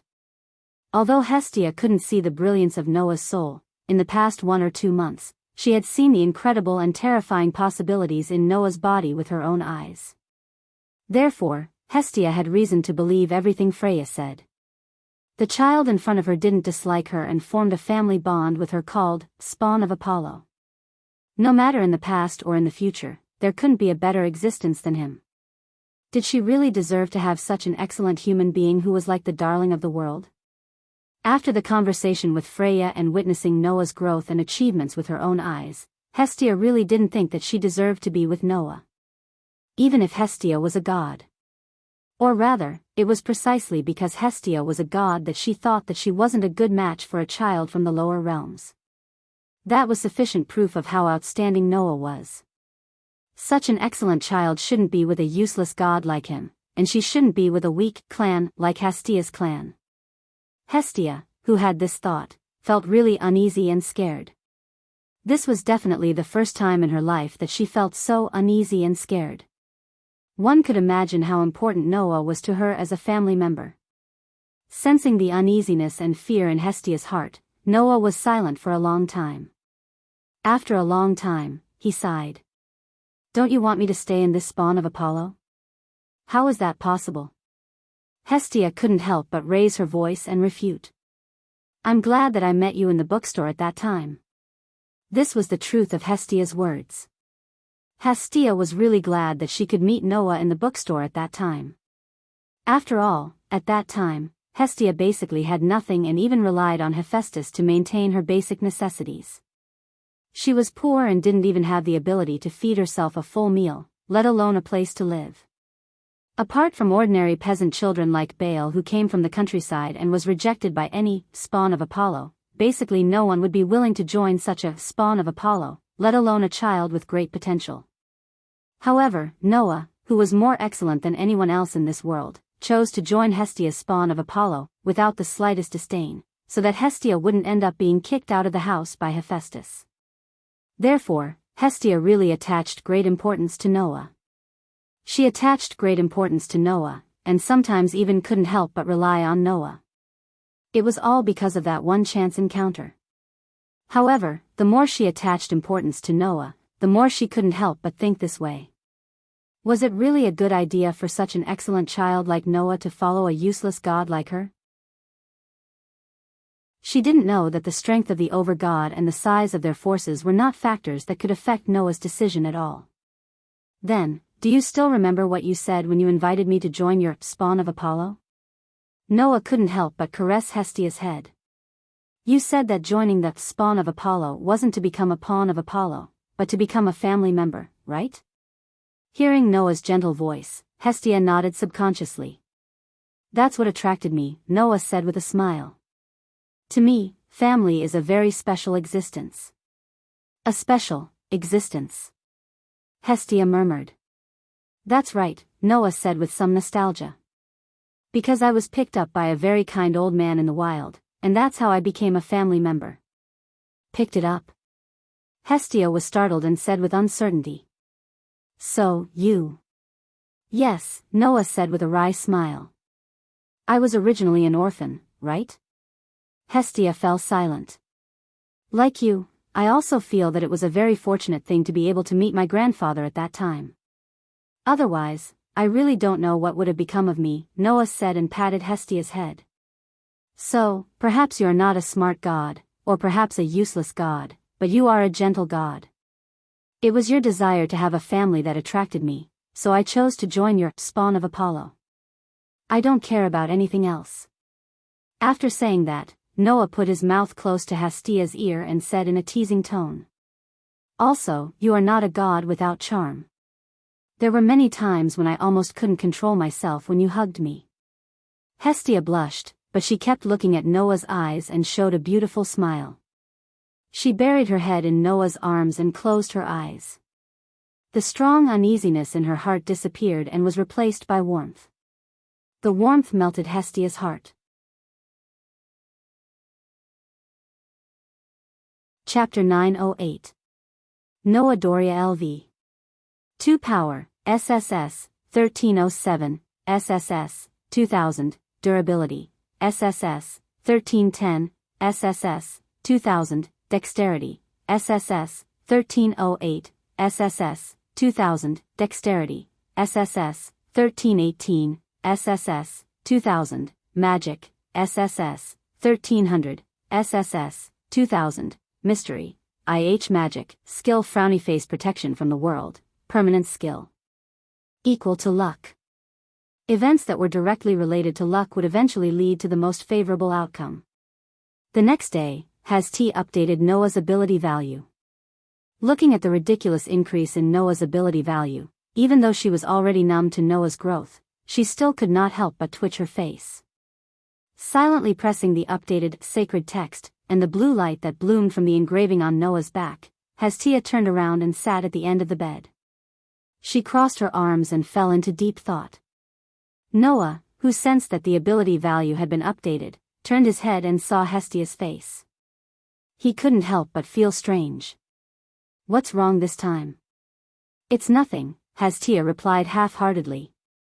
I'm just thinking about what you did during the war game. What did I do? Noah blinked. Is that important? I think, if someone can grow up in the same way as you, what did you do during the war game will definitely become a piece of information that everyone in the world would treasure. Hestia's tone was quite strange. After all, the speed of growth is so fast that it's a bit strange. Noah was almost confused by Hestia's reaction and could only helplessly say, "Don't worry." He could only say helplessly, "Don't keep me in suspense." Is there something wrong with my ability value? There is definitely a problem, but it's not a bad problem. Hestia sighed, turned around, and faced Noah. Although I don't know what else you did during the war game other than defeating Apollo's minions, your experience value seems to have accumulated a lot. You even accumulated a lot of great achievements. Accumulated a lot of great achievements? Noah's heart skipped a beat, and his eyes lit up. You mean? The proficiency of basic abilities has increased by about 3,500, and it has reached the peak. Even the development ability has increased to H level. Hestia smiled bitterly. Just like the last time, the basic ability at the top has become your cornerstone. In addition, you have accumulated enough achievements. You can already upgrade to the next level, which is LV3. Can I really level up? Although Noah already had some guesses, he was still a little surprised when he heard Hestia's confirmation. But why did the proficiency of basic abilities increase so much? What's more, it's enough to level up. I also want to know the answer to this question. Hestia asked. Undoubtedly, you just updated your ability value before the war game began. After the war game ended, your proficiency suddenly increased so much, and you even accumulated a lot of great achievements. What did you do in the past few days? What did I do? Noah frowned, and then suddenly raised his eyebrows. Could it be that the slaying of Apollo had led to this level of improvement? After all, the amount of experience points and great achievements that could be accumulated from killing a god was definitely not small. Although this god was a little too easy to kill, that's right. However, that was probably because Apollo had really died. That was why he had accumulated so much EXP and great achievements, right? If Apollo was only fatally injured because of Noah and activated his divine power and was sent back to the heavens, then he probably wouldn't have accumulated experience value and great achievements. Perhaps, at that time, if he could fight and kill Apollo when he used his divine power, the experience points and great achievements would be the most terrifying, right? Thinking of this, Noah couldn't help but smile bitterly and looked at Hestia. In other words, it's time to choose a new ability again? Well, it's so cunning to change the topic. Hestia pouted, but she didn't continue to ask. After yesterday's heartfelt conversation, Hestia's feelings for Noah had risen by more than one level. If it was before, Hestia only chose to believe in Noah, then now, she believed in Noah from the bottom of her heart. This time, you can choose two abilities to develop, Hestia said directly. One is magic conduction, and the other is magic defense. Magic conduction and magic defense? Noah was puzzled. Could it be that they are all related to magic? That's right, Hestia explained. The first development ability is the ability of a magic conduction. I should have told you last time that it can enhance the power of magic, expand the range of effect, increase the efficiency of mental power, magic power, and other magical benefits when using magic. Only people who have a good grasp of magic can learn this ability. Noah nodded. Indeed, when Noah was upgraded to LV2, magic conduction appeared in the development ability option. At that time, Hestia explained the effect of this ability to Noah. As for magic resistance, it's a new ability that will only appear when you gain experience points that can effectively defend against magic or reduce magic damage, Hestia said as she raised a finger. When you get this ability, it will increase your resistance to magic. No matter what kind of magic attack you receive, the effect and damage will be reduced. I see. Noah whispered softly. Then it is probably because I directly cracked the magic that Jacintos used on me last time, so I got this experience and this ability, right? Then which one are you going to choose? Magic conduction, that can increase the effect and power of magic? Or magic defense, that can reduce the effect and damage of magic? Hestia said to Noah. I suggest you choose magic defense. It is very useful to be able to reduce the effect and damage of magic. No. Noah shook his head without hesitation. I choose magic conduction. Noah didn't need the ability to reduce the effect and damage of magic at all. With the magic resistance from the God Slayer, why would he need magic defense? Really? Hestia puffed up her cheeks. Well, since it is Noah's choice, then you should have your own considerations. I will help you level up. Noah nodded. Noah Doria LV. 3 Strength, SSS, 2000, SSS, 1761, Durability, SSS, 2000, SSS, 1775, Dexterity, SSS, 2000, SSS, 1763, Dexterity, SSS, 2000, SSS, 1778, Magic, SSS, 2000, SSS, 1750, Mystery, H Magic Conduction, I Magic, Skills Frowny Face Protection from the World, Permanent Skills. Equal to luck. Events that are directly related to luck will eventually lead to the most favorable result. I am more and more curious about what you did. Looking at Noah's upgraded ability, Hestia's face twitched again. After leveling up, all abilities are upgraded to SSS stage? There should be a limit, right? Noah could only laugh dryly. Hestia suddenly smiled and hugged Noah affectionately, as if she had changed her expression. Hey. What are you going to do today? After yesterday's conversation, Hestia became more and more unguarded with Noah. She would even hug Noah whenever she was free, making Noah suffer many times. I plan to go to the dungeon today. Is that so? Hestia pouted in disappointment. I really hope you can take some time to accompany me. Noah smiled wryly and patted Hestia's head, making her comfortable. As a matter of fact, Noah didn't hate being hugged by the soft and fluffy Hestia.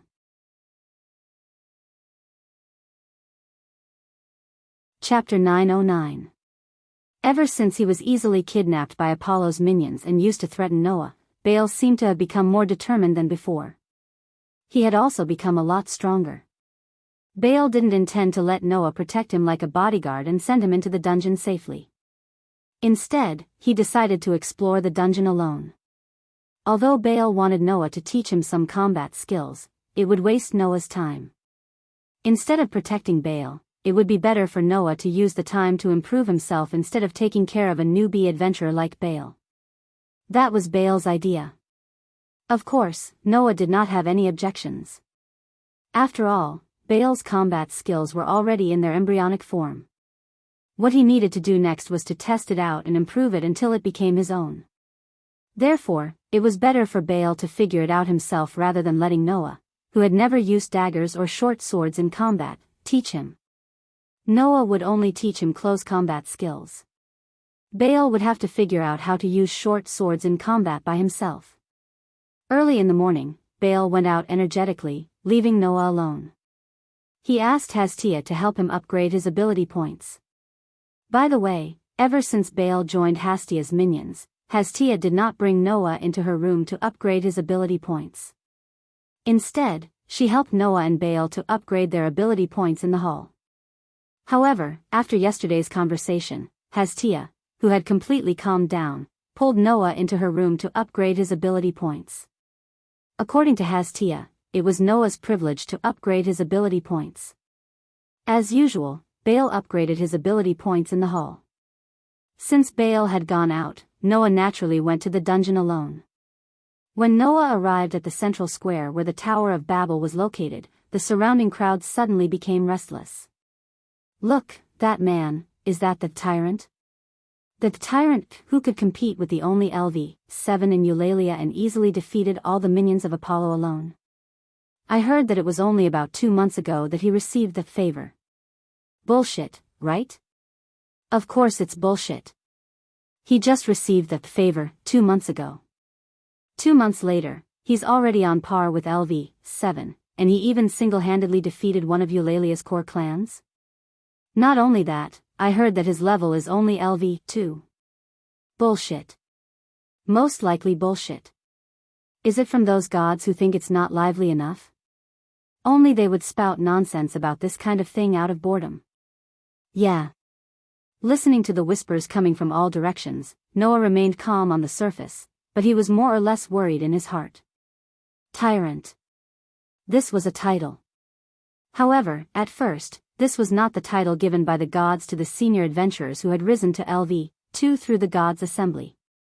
Since the end of the war game, the residents of Eulalia did not know when it spread the name of Noah. The reason for this title was because Noah summoned a huge tornado in the war game and destroyed the entire city. He also killed the LV3 Jacinthus so quickly. After that day, every time the residents of Eulalia talked about this topic, they would use this saying. Too violent. Too cruel. It was too exciting. Just like a cruel and violent monarch. At some point in time, such a title had been placed on Noah's head. The gods seemed to be quite satisfied with this title. They felt that this title was too appropriate for Noah's performance. Therefore, the title of Tyrant was implemented without the decision of the gods, and even the guild officially recognized it.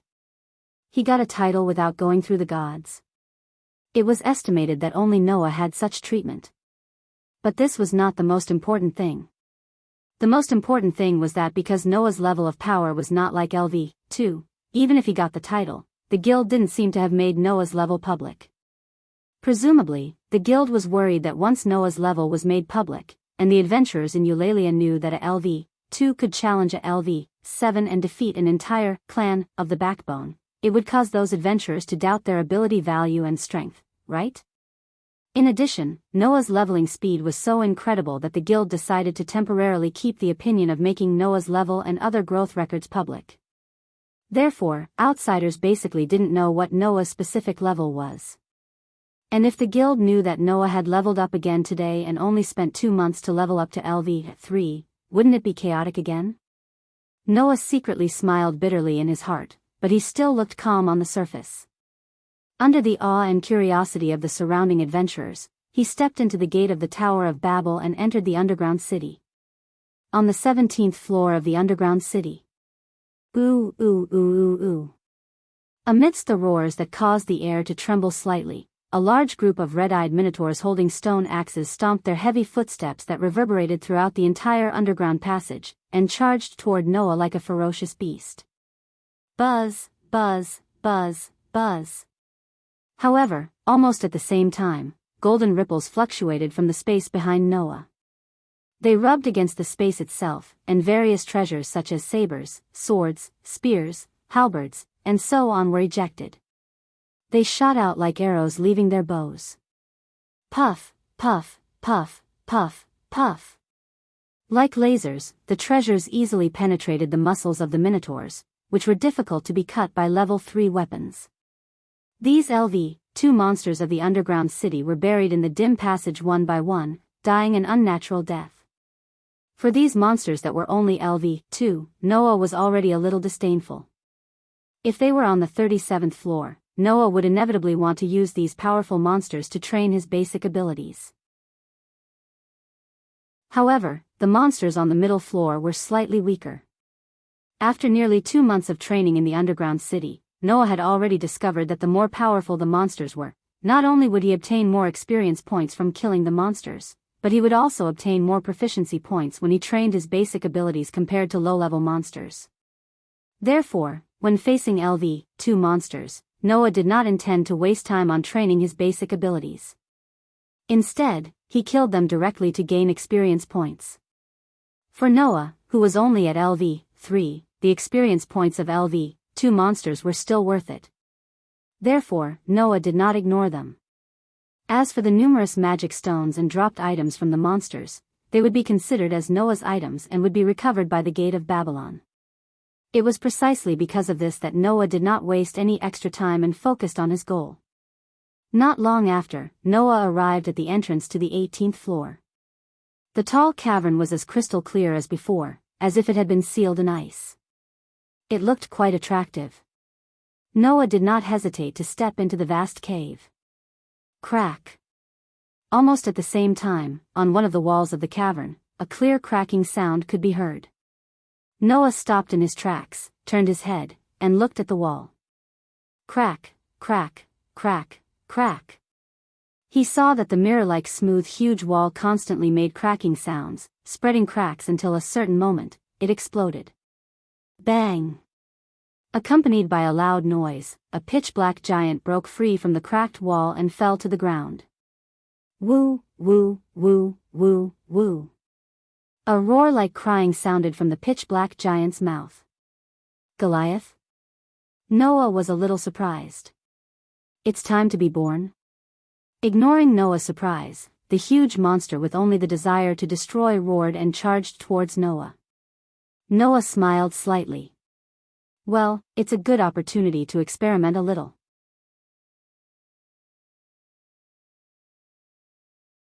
Chapter 9-10. The birth of the floor master required a certain interval of time. And the floor master of the 17th floor was a very special floor master. The room where the floor master was located happened to block the entrance to the 18th floor. Originally, this could also be regarded as a test and boundary to the 18th floor. But there was a town on the 18th floor. And it was a town that was particularly good at extorting adventurers. In order to get more guests and earn more money, the floor master blocking the entrance to the 18th floor was a bit of an eyesore. Therefore, once the floor master of the 17th floor, Goliath, was not defeated for a long time, the adventurers in the town on the 18th floor would form their own team and annihilate Goliath. Because of this, it was not a simple thing to meet Goliath. At least, Noah had never met Goliath except for the time when he came with Loki's family. Now, the appearance of Goliath just allowed Noah to test a new discovery of his power. Woo woo woo woo woo. Accompanied by a roar like crying, the pitch-black giant rushed in the direction of Noah like a heavy mountain under the shaking of the earth. However, Noah ignored Goliath, who was charging at him in a violent manner. Instead, he closed his eyes and immersed his consciousness into his body. In the depths of Noah's body, a dark hole like a black hole slowly rotated, constantly absorbing the newly generated magic power from Noah's body and storing it inside. That was Noah's magic power source. After this period of storage, the magic power stored in this magic power source was equivalent to nearly 1,000 times that of Noah before he got the magic power source. One had to know that Noah's magic power was boundless to begin with. Under such circumstances, it increased nearly 1,000 times. This level of magic power could only be described as terrifying. If he continued to accumulate like this, Noah would get endless magic power sooner or later. Even now, it was more or less possible to call it infinite. Looking at the magic power source in his body that stored a terrifying amount of magic power, Noah's mind moved. Buzz!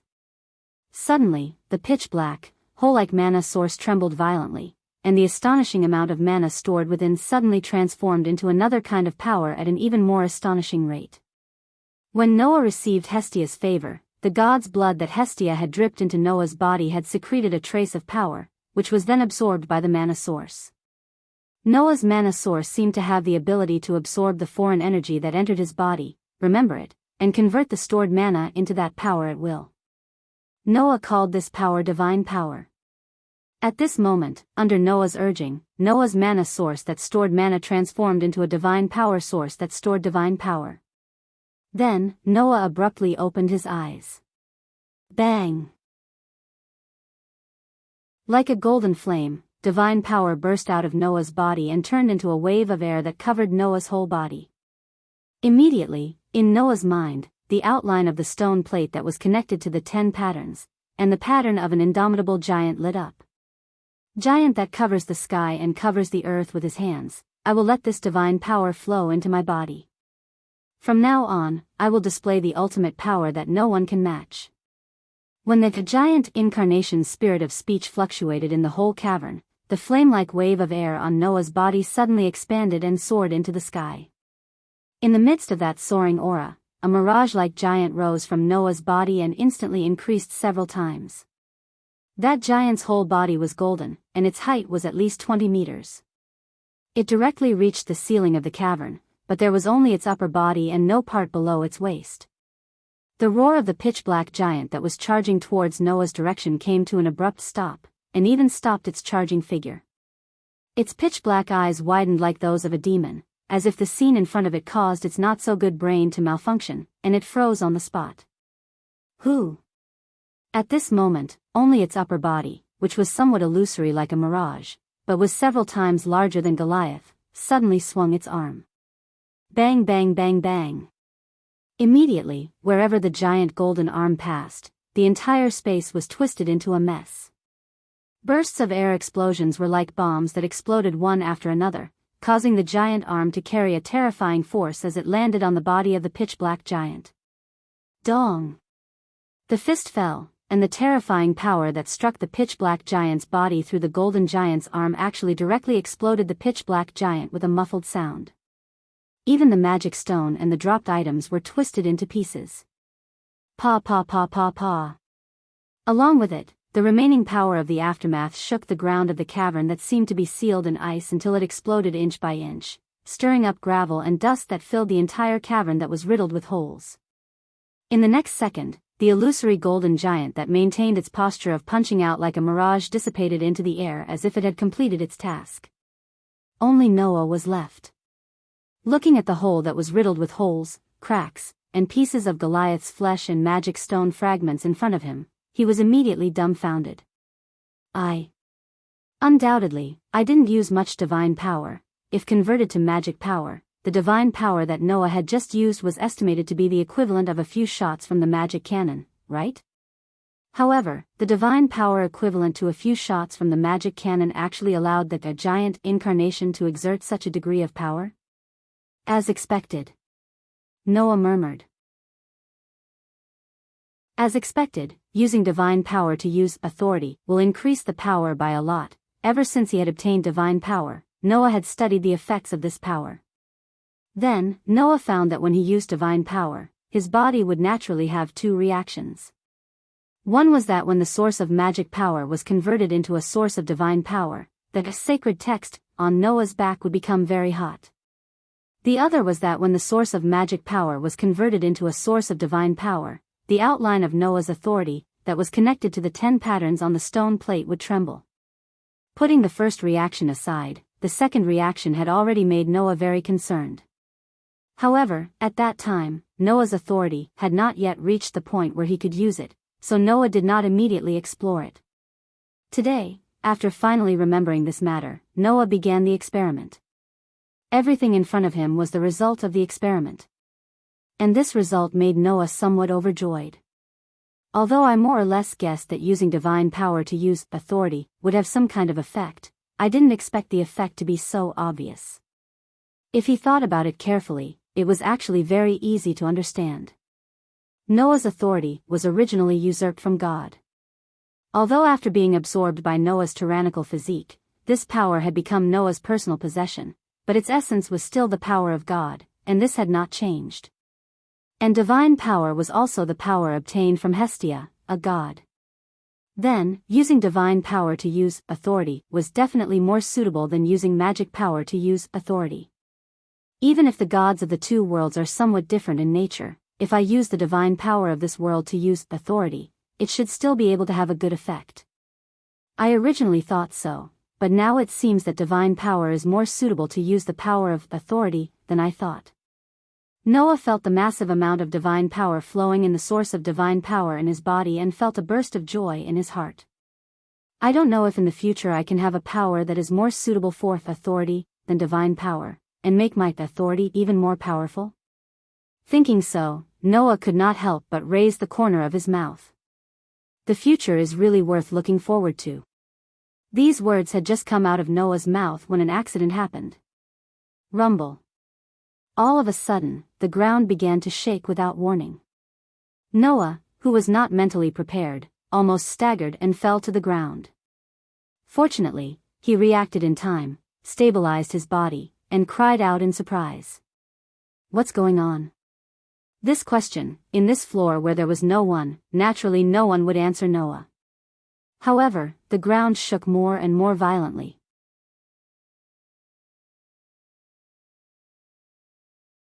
Chapter 9:11. Rumble. In just a few seconds, the ground shook so violently that the surrounding walls began to scatter dust, and some places even began to crack. Noah, who was kneeling on the ground with one knee, could only try his best to maintain stability. Feeling the ground shaking more and more violently, his heart was more or less bewildered. At this time, Noah could not help but think of something that everyone in this world knew. The underground city was alive. At this time, the underground city's shaking suddenly stopped as if it had stopped. Kacha, such a sound rang from the ground in front of the wall that just collapsed and gave birth to Goliath. That was the sound of the ground suddenly cracking open a huge gully. Kacha kacha. In the next moment, with the cracked gully as the center, the ground began to protrude, as if something was drilling inside, pushing away a large number of rocks and emerging from there. Seeing this scene, Noah's eyes focused. Because Noah clearly saw it. In the protruding ground, in the small hill that was buried by rocks and soil, a pair of pitch-black eyes suddenly lit up. Rumble. The ground once again produced an extremely violent vibration, as if the entire 17th floor was trembling, constantly emitting wails. And in this process, in front of the protruding ground became higher and higher, and the rocks and soil that were pushed away also became more and more. When it reached the peak, it was like a collapsed snow mountain, crashing to the ground, setting off thick smoke and dust. Then, the huge monster that drilled out of the ground and was buried by rocks and soil finally revealed its entire body. Its entire body was pitch black like sewage. It had a human-like body outline. Its height was more than 10 meters. Its skin was even darker. Its devil-like eyes flashed with a ferocious scarlet light. That was the floor master named Goliath. However, the depth of its skin was even darker than Goliath's, and its body was almost 2 or 3 times larger, causing this huge alien to emit a terrifying aura. Woo woo woo woo woo woo. The roar that sounded like crying was like a substantial shockwave that exploded and shook the surroundings. Looking at this scene, Noah's face gradually darkened. It was impossible for him not to have doubts in his heart. Moreover, there were a lot of them. For example, why would a floor master, who was just killed and should have taken 1 or 2 months to be reborn, suddenly appear? For example, why was this Goliath so obviously different from the Goliath he usually met? However, that was something that needed to be considered later. That was because the ferocious pitch-black giant would not give Noah much time to consider. Lowering its head, the pitch-black giant's eyes suddenly shifted to Noah, who was kneeling on one knee on the ground. A ferocious glint flashed in its eyes as it slowly opened its mouth. Almost at the same time, Noah's outstanding senses gave him a warning. Without any hesitation, Noah was like a crouching cheetah. He spun around and shot up, dodging to the side. Boom! The pitch-black Goliath, who opened its mouth in the direction of Noah, suddenly made a sound like a cannonball. Immediately, a shockwave that could not be seen by the naked eye was like a real cannonball. It burst out, cut through the air, and instantly fell on the position where Noah was previously. Boom! The ground that was hit by the impact cannonball that could not be captured by the naked eye exploded without any suspense, stirring up gravel and the aftermath of the energy that blew in all directions. Seeing this, Noah, who dodged, was speechless. Now I can be sure that it is definitely not an ordinary Goliath. After all, an ordinary Goliath would never release such a long-range attack. In addition, the breath of the pitch-black Goliath was also stronger than the breath of the ordinary Goliath. It should not only have the attack that the ordinary Goliath did not have, but also the strength that the ordinary Goliath did not have, right? At least, Noah felt that this pitch-black Goliath was definitely not only LV4. In terms of level classification, a conservative estimate is that it should have reached LV5. After coming to such a conclusion, Noah's eyes were cold. Unfortunately, it is only LV5. After the words, Noah's figure stagnated, and then, like a gust of wind, he rushed forward quickly. Woo woo woo woo woo. The pitch-black Goliath suddenly roared in the direction of Noah, who was rushing toward him. Boom! With the sound of the cannonball, the shockwave that could not be captured by the naked eye was like an invisible cannonball. It shot in front of Noah almost in the blink of an eye. The powerful pressure carried by the impact cannonball caused the surrounding air to vibrate slightly. If it was another person, even if it was LV5 like the pitch-black Goliath, it would be extremely troublesome for this invisible attack. Unfortunately, the attack that could not be captured by the naked eye was basically no different from a visible attack for Noah, who had the sensing ability. So, Noah clenched his fist, and a bright vortex of air fluctuated on his fist. Under Noah's waving, it fiercely blasted toward the incoming impact cannonball. Boom! With a loud explosion, the invisible impact cannonball was blown up by Noah's annihilation blow, and turned into a gust of wind, brushing past Noah's body and blowing around. Whoo! However, the space in front of Noah suddenly shook, and a fist like a boulder rubbed against the air, carrying a violent airflow, and blasted in front of Noah's eyes. In the face of this punch, Noah's figure swayed strangely, like a leaf blown away by the wind, and directly dodged the pitch-black Goliath's fist. Boom! The huge fist fell on the ground, and once again, the ground was blown up, and a small crater was created. Buzz! At this moment, Noah, who had dodged to the side of the pitch-black Goliath's fist, suddenly fluctuated with a golden ripple, and a variety of relics popped out, shooting out like lightning. Puff puff puff. The extremely sharp relics fell directly on the pitch-black Goliath's head, and with a tearing sound, they pierced through the muscles on Goliath's face. However, they only pierced halfway, and were stuck, unable to go any further.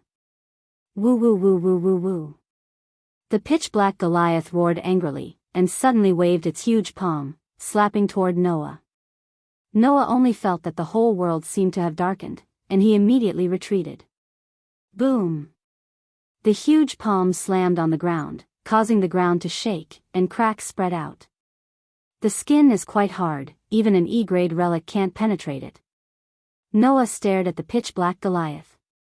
In the golden ripples around him, a variety of relics, such as sabers, swords, spears, halberds, and other relics, emerged again.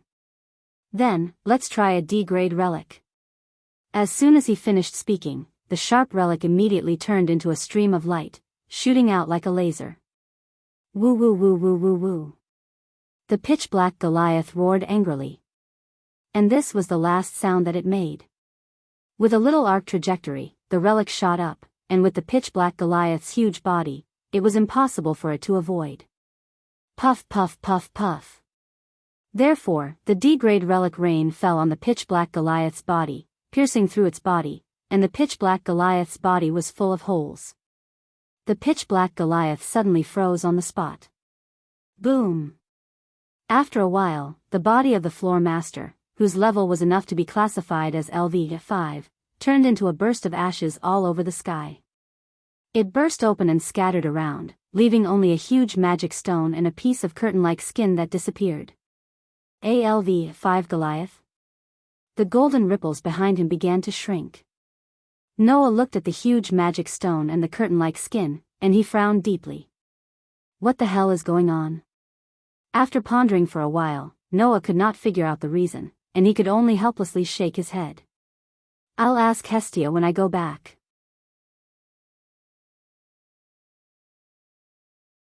Chapter 9:12. It took a little more time. Noah, who had successively defeated a LV 4-floor master and a LV 5-floor master, did not stay in the dungeon. Instead, he first went to the safety floor on the 18th floor to check the situation. After confirming that the 18th floor was not affected by the abnormality on the 17th floor, he returned to the 11th floor. It seems that only the 17th floor should be affected. The rest of the floors did not even have the slightest vibration. On the 11th floor, which was filled with thick white fog, Noah could not help but worry as he moved toward the entrance to the 10th floor. I hope that at that time, there were no other abnormalities on the 17th floor, and that the adventurers exploring the 17th floor were not affected. Although he did not know why the 17th floor had such an abnormality, if the problem was with Noah and the rest of the innocent adventurers were affected, then Noah would definitely not be able to sleep well. After all, the abnormality on the 17th floor only happened after Noah used his divine power and defeated the LV for Goliath in one blow. Noah had reason to believe that the abnormality was with him. Is it the problem with the divine power? Or is it the problem with authority? Noah was puzzled. It should not be the problem with authority. In the dungeon, Noah had used authority several times before. At that time, there was no problem. Then, the problem today should not be with authority. Then, is it the problem with the divine power? Noah thought to himself. Could it be that the god of this world has something to do with the dungeon? He could not figure it out. Noah's brain was not bad. However, he had only been in this world for about 2 months. There were many things that Noah had not come into contact with. In the case of insufficient information, no matter how good Noah's brain was, he could not figure out why. It's more reliable to go back and ask Hestia. In the end, Noah could only come to this conclusion helplessly. He quickened his pace and continued to walk forward in the thick fog. Just like that, Noah paid attention to the other floors to see if there were any problems as he made his way to the ground. He didn't have the time to deal with the monsters he encountered along the way, so he avoided them and arrived on the 7th floor. As soon as he entered the 7th floor, Noah heard an angry shout. "Why are you dawdling over there? Hurry up and catch up." The overly violent scolding made Noah unconsciously turn his eyes to the source. Then, Noah saw it. 2 people were walking towards them from a passageway at the side. It was a combination of a man and a woman. The man was an adventurer who wore leather armor and had a large sword on his back. He had a fierce look in his eyes. The woman was carrying a backpack that was several times larger than her body. She was wearing a white robe and seemed to be a support. She was a very petite young girl. Noah could vaguely see a few strands of chestnut-colored hair under the hood of the petite young girl's white robe. At that moment, Noah raised his eyebrows and stopped in his tracks. Because there was still a certain distance between them, the male adventurer and the female support did not notice Noah. They were still walking towards Noah slowly. Of course, it was fine if they were just walking. What Noah was concerned about was what the male adventurer said. What a useless piece of trash. The male adventurer did not care about the feelings of the female support who lowered her head. He scolded her with a disdainful tone. "You are just a useless piece of trash who can only be a porter. If you can't even carry a backpack, what's the use of you?" Under the male adventurer's insults, the female support only lowered her head and did not say a word. Her behavior encouraged the male adventurer's arrogance. "If you continue to dawdle and cause me to be unable to earn a sum of money, you won't get a single cent today," the male adventurer sneered. "At least, when I am surrounded by monsters, you can be the bait, support." Noah, who was watching the scene from afar, frowned. Noah knew that most adventurers had the ugly side of looking down on professional supporters. This was because professional supporters were those who did not have the ability to do other jobs. When there was no other way, they could only be pure porters. Adventurers would indeed look down on such people. Even though they knew that support was indispensable in the dungeon, most of the adventurers didn't have this kind of awareness. It was obvious that the scene in front of them was an arrogant adventurer bullying a professional support. Moreover, the so-called professional support was someone who more or less had some ties with Noah. Could it be that the child is still doing that kind of shady business? The more he thought about it, the deeper Noah's frown became. However, Noah would not be so nosy because of a person whom he had only met once. If it was only the child who was willing to degrade himself, then Noah was in no position to care so much. With that thought in mind, Noah stopped thinking too much and walked straight over. As he walked, the sound of footsteps could be heard. The male adventurer and the female supporter finally discovered Noah. Upon seeing Noah, the female supporter's expression changed abruptly. She hurriedly lowered her head and covered her face with the hood of her robe. The male adventurer widened his eyes, and his body stiffened. After he came back to his senses, he hurriedly moved to the side to make way, and at the same time, he cursed at the female support in a low voice. "What are you doing? Hurry up and move aside. That's the tyrant. If you want to die, don't involve me." After the war game, there was no one in Eulalia who did not know Noah. Naturally, there was no one who did not know how terrifying Noah was. He could destroy a city with a wave of his hand. In an instant, he could defeat the entire backbone of the clan tribe.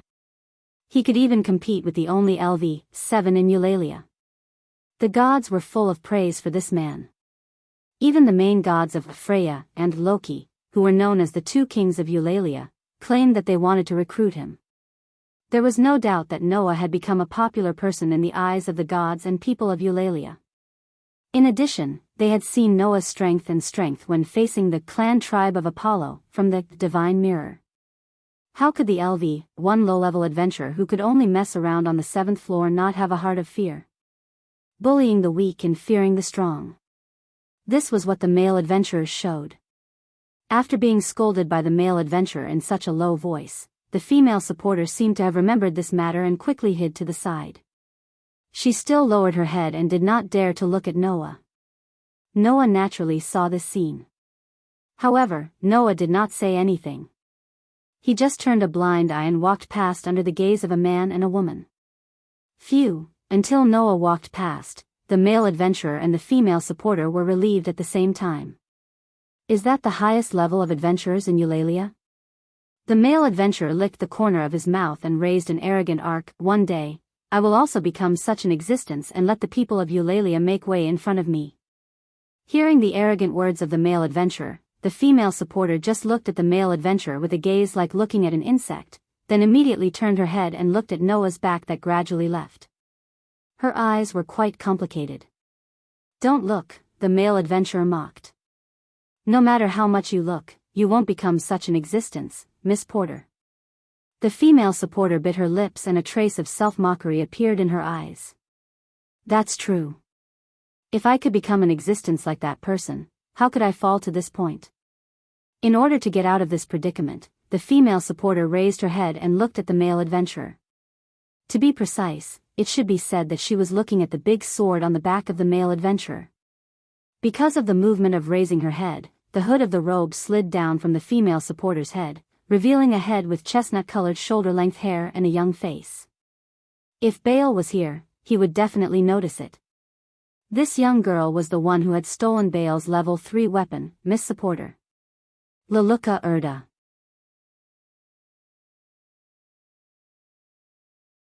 Chapter 9:13. The dungeon changed. In the headquarters of Hastia's clan, Noah told Hastia about what happened on the 17th floor. Hastia was startled and became suspicious. "Why did the dungeon change?"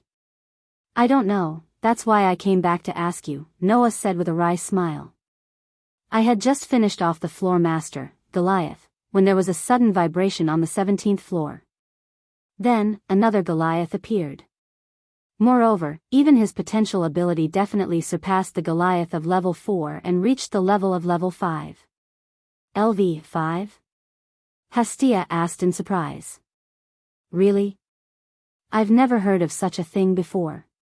"Really?" Noah asked. In other words, Goliath, who had never been at LV4 before, suddenly leveled up to LV5?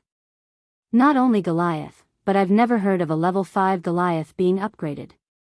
After the level 5 Goliath was defeated, another level 5 Goliath appeared, Hestia said with uncertainty. Could it be that you're mistaken? Do you think I'm mistaken about such a big thing? Noah rolled his eyes. Whether it's a level 4 Goliath or a level 5 Goliath, I defeated them myself. Can't I see the difference between them? That's true. Hestia frowned. Then what's going on? Seeing Hestia's frown, Noah felt that the time was right and asked the question he was most concerned about. Is it possible that external factors caused the changes in the dungeon? External factors? Hestia looked at Noah. What do you mean? For example, if a condition is met, the dungeon will immediately breed a level 5 Goliath that is more powerful than the previous level 5 Goliath, Noah said. When a condition like defeating a level 5 Goliath appears, the dungeon will be triggered and breed a new level 5 Goliath. Is it possible? Well. Hestia tilted her head with a troubled look on her face. It's possible, but I've never heard of it before. Perhaps it's not a condition?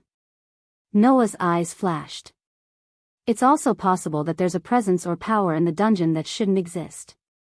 For example, the divine power of your god. Hearing this, Hestia's expression froze. Her frown deepened. Finally, she lowered her head and muttered in a low voice. She lowered her head and said, in that case, it's possible. Is it possible? Noah noticed the change in Hestia's attitude and quickly asked. How should I put it?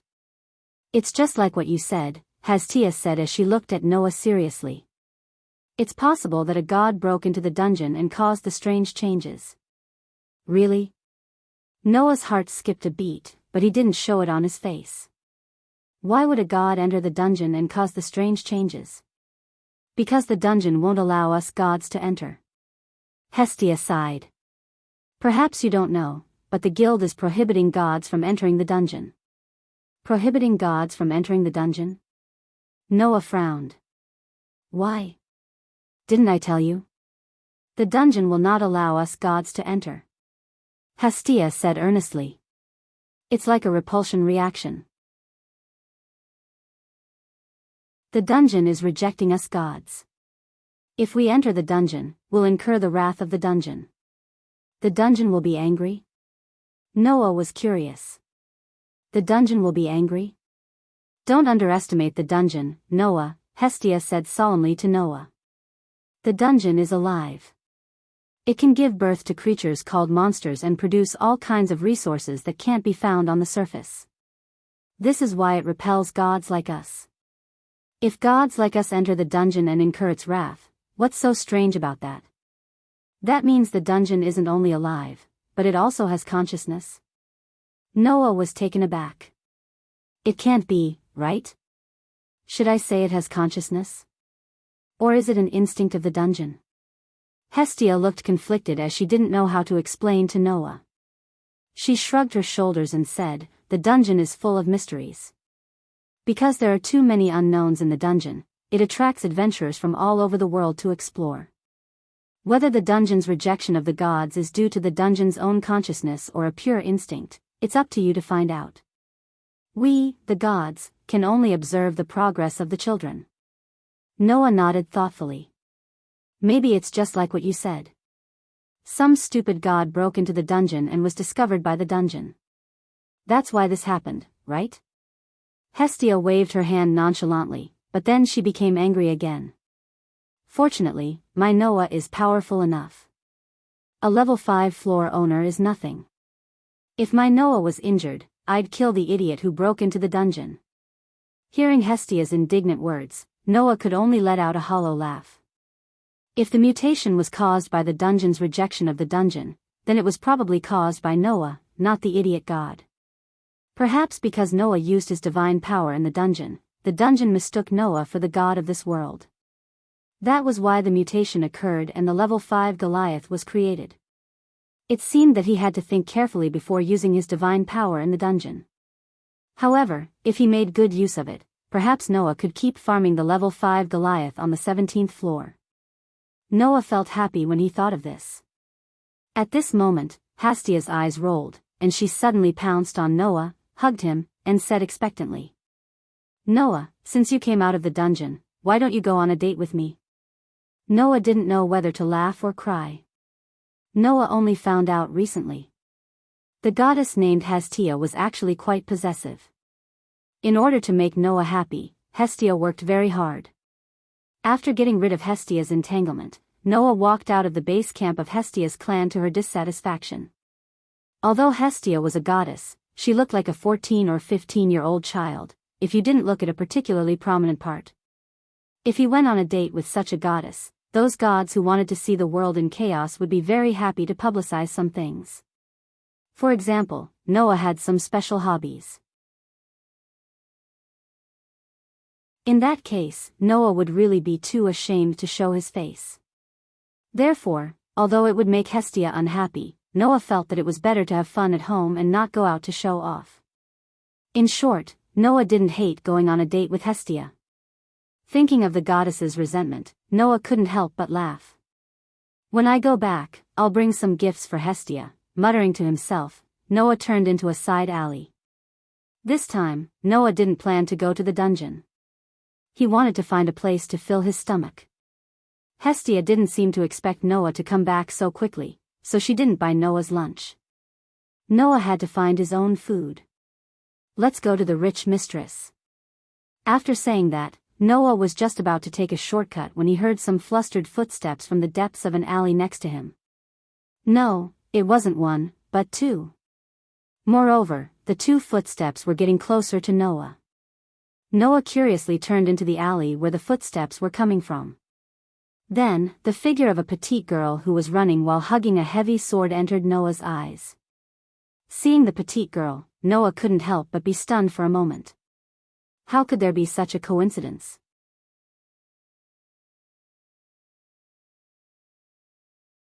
Chapter 9:14. Looking at the petite girl who was running blindly towards him while hugging a huge sword that was completely disproportionate to her body, Noah raised his eyes slightly and looked behind the petite girl. There, a male adventurer in leather armor was glaring at the petite girl who was running in front of him with a ruthless expression. There were even green veins popping out on his temples and he looked extremely angry. "You damned piece of trash. Let's see where you're going to run to." The male adventurer's roar caused a look of fear to appear on the petite girl's face. However, Noah, who was in front of the petite girl, could clearly see this scene. Even though there was great fear on her face, there was still a trace of stubbornness and unyielding in the eyes of the petite girl. She hugged the huge sword tightly and gritted her teeth as she ran forward with all her might. As a result, the petite girl who had to take care of the pursuers behind her did not notice at all. At the corner in front of her, there was a person. Seeing that the petite girl was about to crash into him, Noah turned his body slightly and dodged. However, this action also caused the petite girl to notice Noah's existence. She turned her head and looked in front of her. Immediately, her eyes became flustered. In a moment of panic, the petite girl who was running forward suddenly stumbled and fell forward. Seeing this, Noah, who was turning his body to the side, squatted down and reached out a hand to catch the petite girl who was falling. He allowed her to fall on his arm so that she would not hit the ground directly. However, the huge sword that the petite girl was hugging was thrown out and fell to the ground with a clang.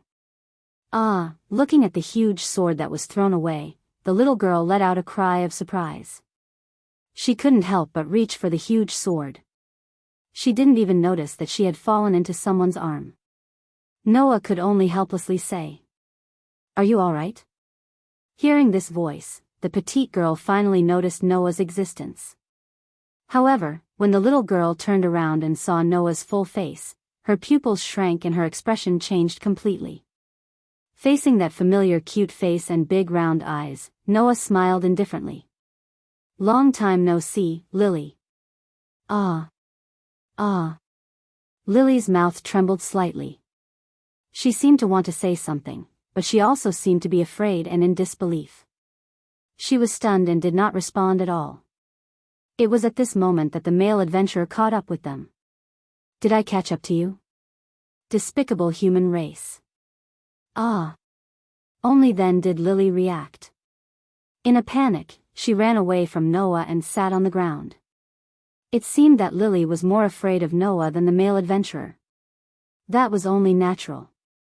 Compared to an unknown adventurer, Noah's reputation was undoubtedly the loudest in all of Eulalie. The two were not on the same level at all. If she had to choose who she was more afraid of, it would naturally be Noah. Of course, the reason why Lily was so afraid of Noah was because she had previously stolen the level 3 weapon that Noah had given to Baal. Lily should be afraid of being pursued by Noah, right? Little did he know that the reason why Lily was able to successfully steal Baal's weapon was mostly because Noah had no intention of stopping her. If Noah had really wanted to stop Lily, no matter how good she was at stealing, she would not have been able to steal from Noah. The male adventurer who caught up from behind also noticed Noah, and the violent look on his face turned into shock. It's you again?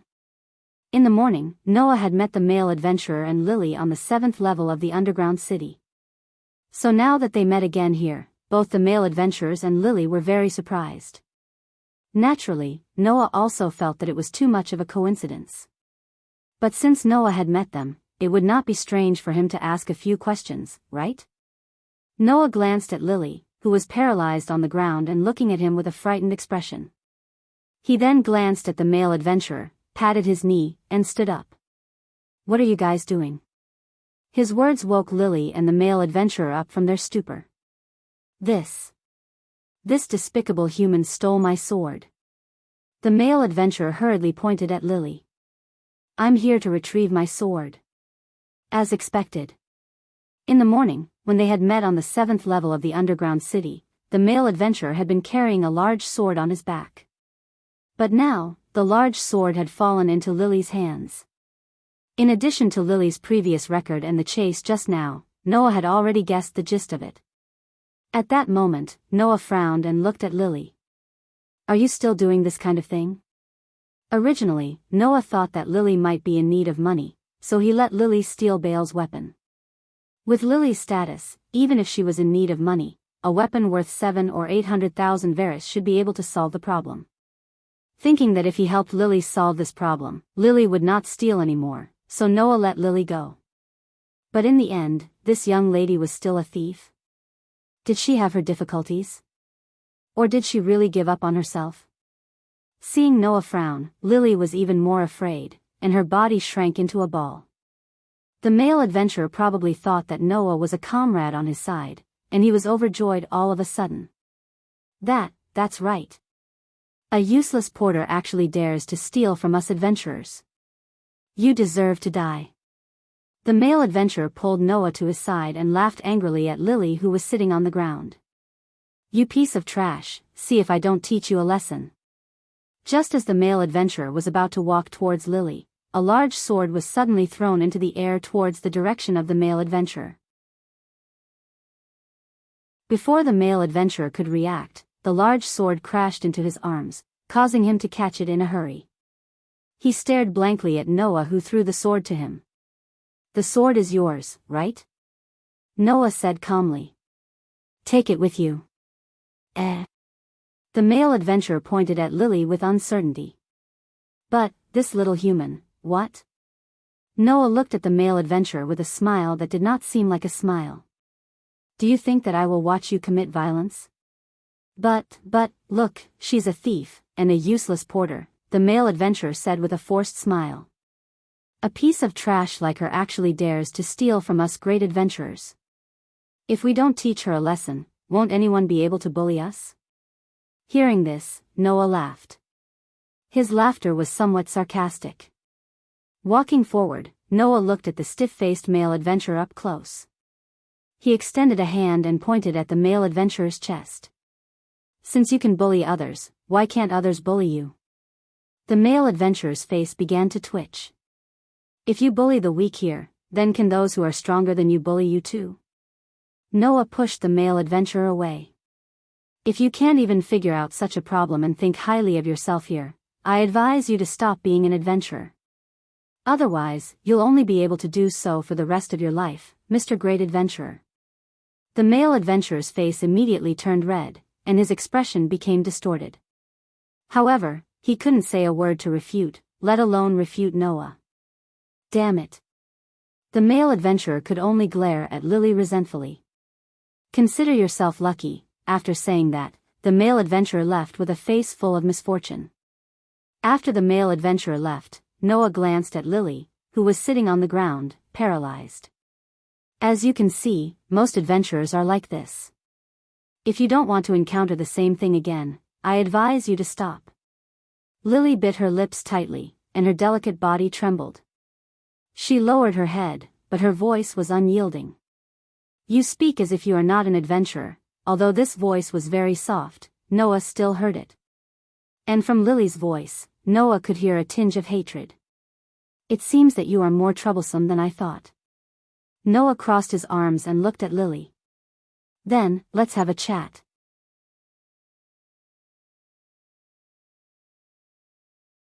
Chapter 9:15. Chat.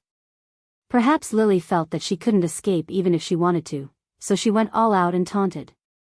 I'm sorry, Lily has nothing to talk about with the adventurer. From Lily's voice, Noah did hear a kind of unapproachable meaning. Obviously, Lily didn't have any good impression of the so-called adventurers, and she hated them. However, that was also natural. As a professional support, Lily must have been humiliated by those unruly adventurers more than once like today. So, Lily hated adventurers. How was it strange? Your words sound like those women who hold the idea that no man is good, right? Noah curled his lips. Just because of the existence of that kind of trash, you think there's no good adventurer in this world? No choice, at least, Lily has never touched such a person, so Lily hates adventurers the most. Lily sneered and said self-deprecatingly. Anyway, Lily is such a person. Not only does she have no ability, she can only be reduced to being a support. Furthermore, she has always been stealing other people's things. Even Lily herself hates this kind of Lily. The famous tyrant naturally wouldn't like someone like Lily. Are you going to be stubborn this time? Noah looked down at Lily, who was sitting on the ground, and asked such a question. Since you know that it's annoying to steal other people's things, but you still do that kind of thing knowingly. Are you so short of money? Yes, Lily is short of money, and I'm short of a lot of money. Lily met Noah's gaze and looked over. So, Lily has already sold the level 3 weapon produced by Hephaestus's clan. Even if you teach Lily a lesson, Lily won't be able to return it. Hearing this, Noah didn't speak anymore. He just looked directly at Lily's big round eyes as if he wanted to see through everything about Lily. His deep eyes almost made Lily have a feeling that she would be sucked in. Under such a direct gaze, Lily couldn't help but feel a little timid. She subconsciously lowered her head and looked away. After a long time, Noah withdrew his gaze and turned around. I see. Since that's the case, you can wait for me at the central square tomorrow morning. Lily was suddenly stunned. Central Plaza? Why? Is it strange? Noah said without turning his head. Don't you usually look for adventurers to team up with? Hearing this, Lily was a little unable to react. Indeed, Lily usually looked for adventurers and begged them to team up with her. But that wasn't really looking for teammates, but looking for prey. In order to collect the money she needed, Lily had been using this method to explore the dungeon with the adventurers who had formed temporary teams. Then, she would look for opportunities to steal their valuables. It was a tried and tested method. Hence, to Lily, the adventurers who teamed up with her were not her teammates, but her prey. It was also because of this that Lily couldn't react to Noah's words. This was because Lily didn't know what Noah meant by that. Noah didn't know if he had expected Lily's reaction, but he smiled with his back facing Lily. Aren't you short of money? Then come and be my supporter. Be your supporter? Lily, who hadn't reacted yet, was bewildered by this sudden declaration. Think about it. Noah didn't give Lily time to react and threw this sentence at her. Tomorrow, gather at the fountain in the central plaza. If I don't see you when I arrive, take it that you're not coming. I won't wait for you. After saying that, Noah waved his hand and went straight into the alley next to him. Lily was left alone as she stared blankly in the direction that Noah had left. Her expression was extremely uncertain. The next day, Noah got up when Hestia was still sleeping. After changing his clothes, he went out directly. At this time, the sun had just risen, but there were many pedestrians on the street outside. Most of them were adventurers who were ready to go. They were all walking towards the Dungeon of Babel. Noah blended into the crowd with ease. While the pedestrians around him were pointing and gossiping, he moved in the direction of the central square. Baal got up earlier than Noah. Therefore, Baal had already set off for the dungeon. Noah was about an hour later than Baal, which showed how hard Baal worked. Now, Noah had really become famous. Being famous had its advantages and disadvantages. The advantage was that when Noah walked on the street, the people around him would make way for him. They wouldn't crowd together with Noah. The disadvantage was that the people around him were talking about him and pointing at him. Fortunately, Noah had long been used to people's gazes, so he didn't stop and went all the way to the central plaza without any obstacles. At the intersection of the 8 streets that connected to Olalai in all directions, there was a fountain in front of the Tower of Babel. That was the fountain closest to the Tower of Babel.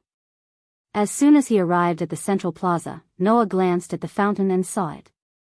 In front of the fountain, there was a very petite girl of the dwarf clan. She was carrying a huge backpack and had her head down. Nobody knew what she was thinking. Seeing this, Noah stopped, shrugged his shoulders, and walked towards the fountain. Obviously, the girl of the dwarf clan was not really paying attention to the surroundings. Even with her head down, she still noticed Noah's approach and looked at him. When they met for the first time, although Lily had bad intentions, at least she put on a good front.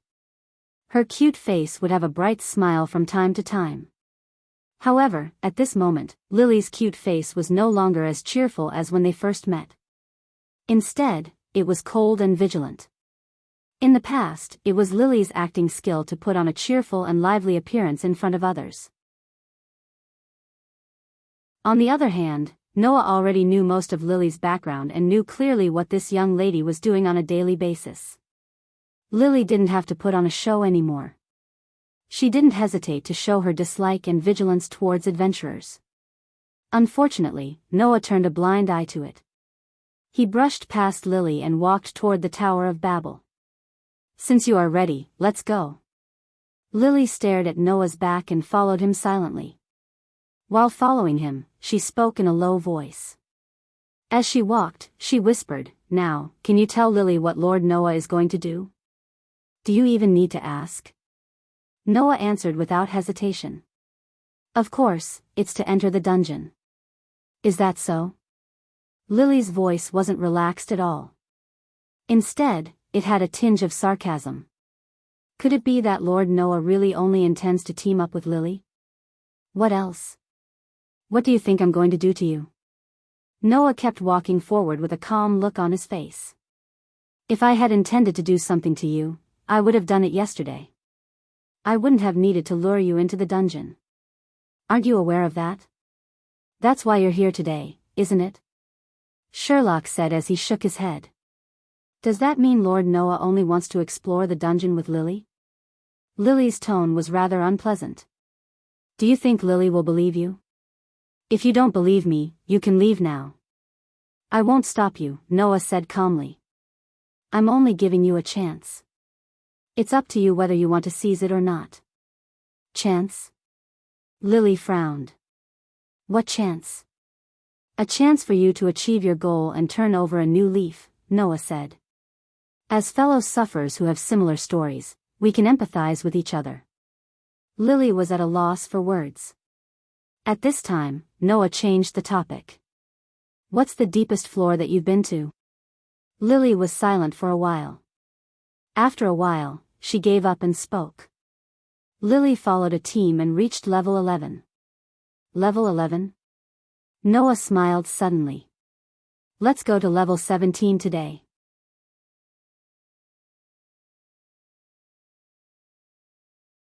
Chapter 9:16. Roar, roar, roar, roar, roar. On the 17th floor of the dungeon, in one of the passageways, a group of monsters with grayish-black fur, flames in their mouths, and crimson eyes that looked like hellhounds roared angrily. They rushed out of the passageway in groups and pounced forward. Swish, swish, swish, swish, swish. In front of the pack of hellhounds, a figure stood motionless. Golden ripples fluctuated in the surrounding space, and sharp weapons popped out one after another. The sharp weapons turned into streams of light and shot out like arrows, piercing through the air with a sharp sound. Poochie poochie poochie. Every time the sharp weapons that turned into streaks of light streaked across the space and shot out from the golden ripples with a sharp piercing sound, shrouding the group of hellhounds that were constantly surging over, the continuous sound of flesh being penetrated would resound.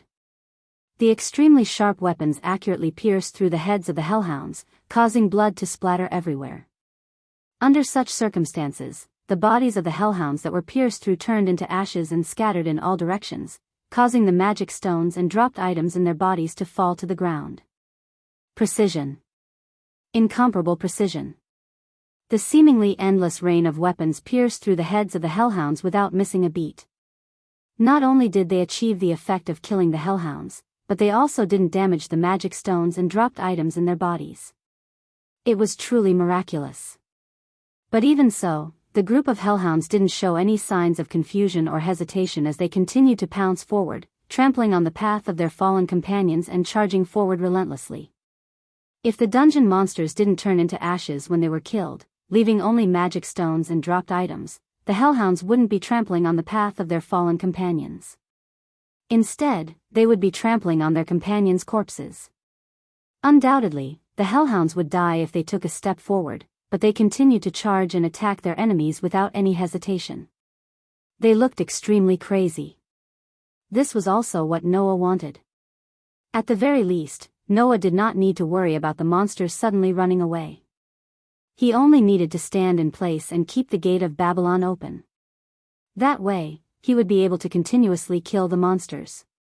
Over time, under Noah's frighteningly high killing frequency and luck, the magic stones and dropped items from the hellhounds piled up like sand on the ground in front of him.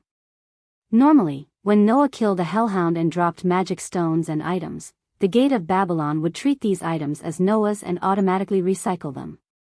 However, this time, Noah blocked the automatic recovery function of the gate of Babylon, causing the dropped items to pile up all over the ground. Of course, it wasn't because Noah didn't want them, but because he wanted to let the other reinforcements collect them. About 5 minutes later, the hellhound army was completely annihilated, leaving behind only a ground full of magic stones, teeth, claws, and other dropped items. Looking at the magic stones and dropped items piled up on the ground, Lily, who was behind Noah, was speechless. This was definitely the first time in Lily's life that she had seen such an efficient way of killing enemies. This was already not an efficiency that could be achieved by a single person. To put it bluntly, unless there was a large team of hundreds or even thousands of people, and all of them had to be at least LV2 adventurers, otherwise, it was impossible to achieve the same efficiency. With this kind of efficiency to earn magic stones, why worry about not being able to make a lot of money? What made Lily even more shocked was the number of dropped items. The number of dropped items was almost the same as the number of magic stones, which told Lily that the items that should have been obtained when one was lucky in the past would be dropped by almost every monster on Noah's body. If this level of magic stones and dropped items were to be exchanged for money in the guild's exchange center, the amount of money that could be exchanged would be quite terrifying, if not astronomical, right? Lily didn't know how to react to this at all, and could only stand there for a long time without responding. On the other hand, Noah himself seemed to be the most normal person in front of him. He leaned against the wall, hugged his arms, closed his eyes, and started to take a nap. Pack up the dropped items, then continue. Yes. Yes. Lily stammered in response, but her expression was still as stiff as ever. But, Lord Noah, I don't know if Lily's backpack can hold so many items. Then pack up the items in front of you first, Noah said without even opening his eyes. This is the 17th floor, and the safety floor of the 18th floor is just below. If your backpack is full, you can just sell it there at a low price. It was indeed a low price. After all, in order to make a profit, those guys who bought magic stones and dropped items in the town on the 18th floor would lower the price to the minimum. However, in the case that the adventurers' backpacks were full, they could only choose to sell it there. Otherwise, even if it was more cost-effective to sell it on the surface, considering the time it would take to return to the surface, it would be better to sell it at a low price on the 18th floor. Hence, under normal circumstances, when the adventurers came to a floor that required a lot of time to travel, they would only have two choices after their backpacks were full. Either they would waste a lot of time and sell the magic stones on the surface, or they would sell it at a low price on the 18th floor and use the time to continue earning magic stones. When comparing the two options, the latter would usually earn more in the end. Even if the adventurers felt the pinch, they could only choose to sell it on the 18th floor. This was the motive of those scammers in the town on the 18th floor. They purposely set the price so that if they sold it at a low price on the surface, they would earn more in the end. When the adventurers compared the two options, they could only choose to sell it at a low price on the 18th floor. This way, they could earn a lot of money. In the past, Noah had the Gate of Babylon to recycle items, so he didn't need to go to the 18th floor to be scammed. But now, because of Lily's matter, Noah didn't care. Anyway, Noah didn't lack the money. Seeing that Noah was leaning against the wall and had no intention of interfering, Lily could only go forward with a complicated expression and pick up the magic stones and dropped items one by one. Dungeon, 18th floor. Under Noah's lead, Lily came to a town that was almost entirely made of wood. She came to the exchange shop that sold magic stones and dropped items. This price is too unreasonable. If I were to bring it to the surface, these magic stones and dropped items could be exchanged for at least double the price. Isn't this considered a scam? In a building that was painted with pictures of Minotaurus and blue and purple crystals, the signboard was much more gorgeous than the surrounding shops. Lily stared at the shop owner in disbelief, only to receive a snort of disdain from the shop owner. If you don't like it, you can go to another shop.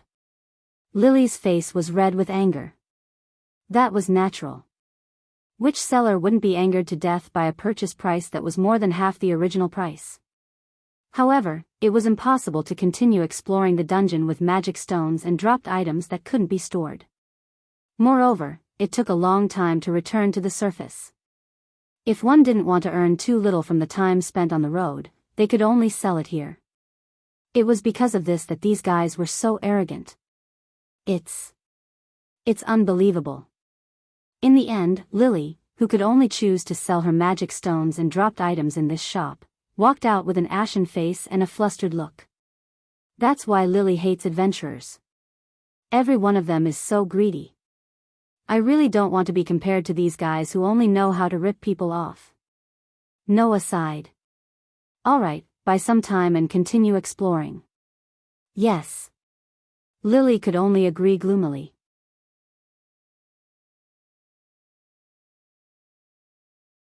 Chapter 9:17. Just like that, Noah and Lily ran back and forth between the 17th and 18th levels for the entire day. Whenever Lily's backpack was filled with magic stones and dropped items, Noah and Lily would return to the town on the 18th level to clear the magic stones and dropped items. Whenever Lily's backpack was cleared of magic stones and dropped items, Noah and Lily would return to the 17th level to continue their efficient massacre. Under such circumstances, Noah and Lily had gone back and forth between the 17th and 18th levels more than a dozen times. When they estimated that it was almost dark outside, Noah and Lily brought their backpack full of magic stones and dropped items to the guild's exchange shop to sell them. Then, they took the receipt from the 18th level and went to the shop owner who sold the magic stones and dropped items cheaply to collect the money. It should be mentioned here that in the 18th floor of the town, all transactions were conducted by bartering or by setting up a voucher. This was because no one would bring so many gold coins while exploring the dungeon. Therefore, unless it was a small transaction that could be transacted on the spot, like the transaction that Noah bought a map on the 18th floor last time, otherwise, once the transaction amount was relatively large, most of the transactions would be in the form of a written agreement. For example, If an adventurer bought an expensive item in the town on the 18th level, the shop owner would leave the adventurer's name and clan tribe, coat of arms as collateral and let the adventurer write a written receipt before handing the item over to the buyer. When the shop owner returned to the surface from the 18th level, he would take the written receipt to the customer's clan tribe to collect the money. If the item was sold to the residents of the 18th level, it would be the exact opposite. The shop owner would write a written receipt and let the customer collect the money from his clan tribe. Noah and Lily had sold a large amount of magic stones and dropped items on the 18th level, so naturally, it was not a transaction that could be carried out on the spot. Therefore, when Noah and Lily returned from the dungeon, they had the written receipt from the shop owner who had bought their magic stones and dropped items. After returning to the surface, they immediately went to the other party's clan tribe to collect the money. Thus, after a whole day of hard work, the two of them reaped an astonishing harvest. At least, after receiving the money and coming out of the base camp, Lily was stunned when she saw the two big money bags full of gold coins in her arms. She didn't react for quite a while. In the end, Lily could only murmur in her sleep. 1,280,000 Varus. 1,280,000 Varus. This was Noah's and Lily's harvest after a day. You're lying, right? Lily tightly hugged the big purse full of gold coins. She was in a trance. He can earn so much in just one day. If it weren't for those guys on the 18th floor, it would have been even more. Noah glanced at the dazed Lily and shook his head. If you think it's not real, you can go and bite it when you get home to confirm it. Half of it is yours. Lily finally reacted. She turned to look at Noah and asked with uncertainty, half of it is mine? Lord Noah, do you really intend to give half to Lily? Why? Noah shrugged. If you think it's too little, then I'll take a little less. Originally, Noah had spent an entire day running back and forth between the 17th and 18th floors because of Lily. Although he didn't know what difficulties Lily had, it was certain that this child was in need of money. Ever since he obtained the Gate of Babylon, Noah had become richer than anyone else. In addition, even if the gold and silver treasures in the Gate of Babylon were used up, the treasure vault would treat them as consumables and automatically replenish them. No matter how much Noah used them, he would never be able to use up all the treasures in there. In this way, Noah would no longer have any monetary problems. Therefore, Noah could actually directly help Lily solve her monetary problems. However, if he were to use such a method to help Lily, who was extremely disgusted with adventurers, it would definitely hurt her little bit of self-esteem. It would make Lily think that Noah, the highest level adventurer who could compete with Orly's only LV7, was pitying her. In order to prevent Lily from having such thoughts, Noah chose to use such a strenuous method to help Lily. Of course, for today's harvest, Noah actually didn't want to take it. He just felt that if he didn't take it, it would be no different from directly giving money to Lily. It was very likely that it would make Lily take it too hard, which was why he wanted to help Lily in the form of a disguised form of dividends. In any case, Lily didn't know that Noah had a Gate of Babylon that could automatically recycle items and would never be full no matter how many items were stored in it. Then, there was nothing wrong with letting Lily receive the bonus as a supporter, right? The facts proved that Noah's idea was indeed correct. Is Lord Noah pitying Lily? Lily lowered her head, and her voice was more or less filled with a trace of malice. What did Lily do to deserve so much bonus? Why not? Noah said indifferently. We formed a team to enter the dungeon today. According to the team rules, isn't it normal to split the loot equally? But Lily is only a porter. At most, I'm only picking up items. It's all because of Lord Noah's hard work that I have such a huge harvest. Lily hugged the money bag tightly, and her voice started to have obvious emotions. If it were other adventurers, not to mention splitting the loot, wouldn't it be possible for them to monopolize the loot? Upon hearing that, Noah suddenly laughed. You said it yourself, it's other adventurers. Lily choked. Was Noah rebutting Lily's previous thoughts? None of the adventurers in that world were good people. All in all, we'll split today's harvest in half. You can take 640,000 Varus. Noah made such a decision without any hesitation. I only want to know if you're still short of money. Lily was silent for a while before speaking with a complicated expression. I think it's still not enough. Is it? Noah shrugged his shoulders. If that's the case, tomorrow at the same time, let's gather in front of the fountain in the central plaza. After saying that, Noah took a purse from Lily's arms and slung it over his shoulder. He then waved his hand and walked in another direction. Looking at Noah's back view, Lily hugged the money bag tightly, and her gaze became more and more complicated. Undoubtedly, he's a tyrant. Why is he so gentle to Lily? Lily, I don't understand. Lily, who was muttering, didn't notice. In a corner not far away, a few male adventurers were hiding there. They clearly saw the money bag full of gold coins in Lily's arms. They looked at each other, and the corner of their mouth curved into a rather ferocious arc. The next day, at the same time as yesterday, Noah went straight out of the door and walked in the direction of the central plaza. The surrounding people were still pointing at Noah and gossiping about him as usual. Under the awe and curiosity of almost everyone on the street, Noah walked into the central plaza as if it had nothing to do with him and came to the front of the fountain. To Noah's surprise, Lily wasn't waiting here today. What's the matter? Noah frowned. Did that child give up? As soon as this sentence fell, a cheerful voice sounded behind Noah. Sir Noah is really rude. How could Lily leave the team without Sir Noah's consent? Hearing this cheerful voice, Noah turned his head and looked behind him. He immediately saw the petite girl carrying a big backpack. Today, the indifference and vigilance on Lily's face disappeared. Just like the first time they met, there was a sunflower-like smile on her face. Good morning, Sir Noah. I'm really sorry to have kept you waiting. Looking at the cheerful smile on Lily's face, Noah's eyes flickered.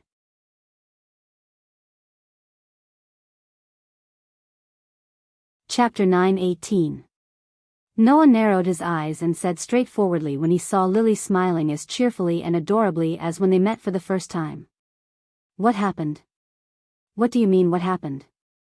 Lily tilted her head with a puzzled look. What happened to Lily? Noah didn't say anything and just stared at Lily. When they met for the first time, Lily was also as cheerful and cute as she was now. However, at that time, Lily was simply acting cheerful and cute. There wasn't even a trace of innocence in her eyes. Instead, there was an extremely deep malice hidden in them. Lily today was the same as at that time. She was acting the same on the surface, but her heart wasn't as lively and cheerful as she looked on the surface. If he still couldn't determine what happened to Lily that led to such an attitude, then Noah should go home, wash up, and sleep. However, Lily clearly didn't intend to explain, nor did she intend to open her heart to Noah. By the way, Sir Noah, Lily wants to apologize to you here. Saying that, Lily lowered her head to Noah. Today, can you please give Lily a day off? A day off? Noah raised his eyebrows and said with a smile that wasn't a smile. Aren't you short on money? Why don't you push away the job that can earn you at least a few 100,000 veris a day? That can't be helped. Lily's smile didn't diminish. Although Lily feels very pained, today is the monthly gathering of Lily's clan tribe. If Lily is absent, it will cause a lot of trouble. Gathering? Noah asked. What gathering? Rather than calling it a gathering, it's better to call it a press conference for the mission. Lily touched her head. Simply put, it's a notice that requires the people in the clan tribe to earn a certain amount of money every month and hand it in. So, everyone has to be present. The so-called clan tribe was originally established in exchange for the power called favor to pay for the chief god's food, drink, and entertainment. Although there were chief gods like Hestia and Loki who valued and loved the members of the clan tribe as their own family and children, it didn't mean that the other gods were like this. Even Loki had to make the members of the clan tribe hand in the harvest of the clan tribe activities regularly for the operating expenses of the clan tribe. Since it belonged to a clan tribe, it was natural to collect funds from the income of the clan tribe members. Could it be that Lily was so short of money because of the clan tribe? Everyone has to hand in the set amount of money? Noah said without batting an eyelid. Then people who don't have the ability to earn money will have a hard time? Yeah, Lily said jokingly.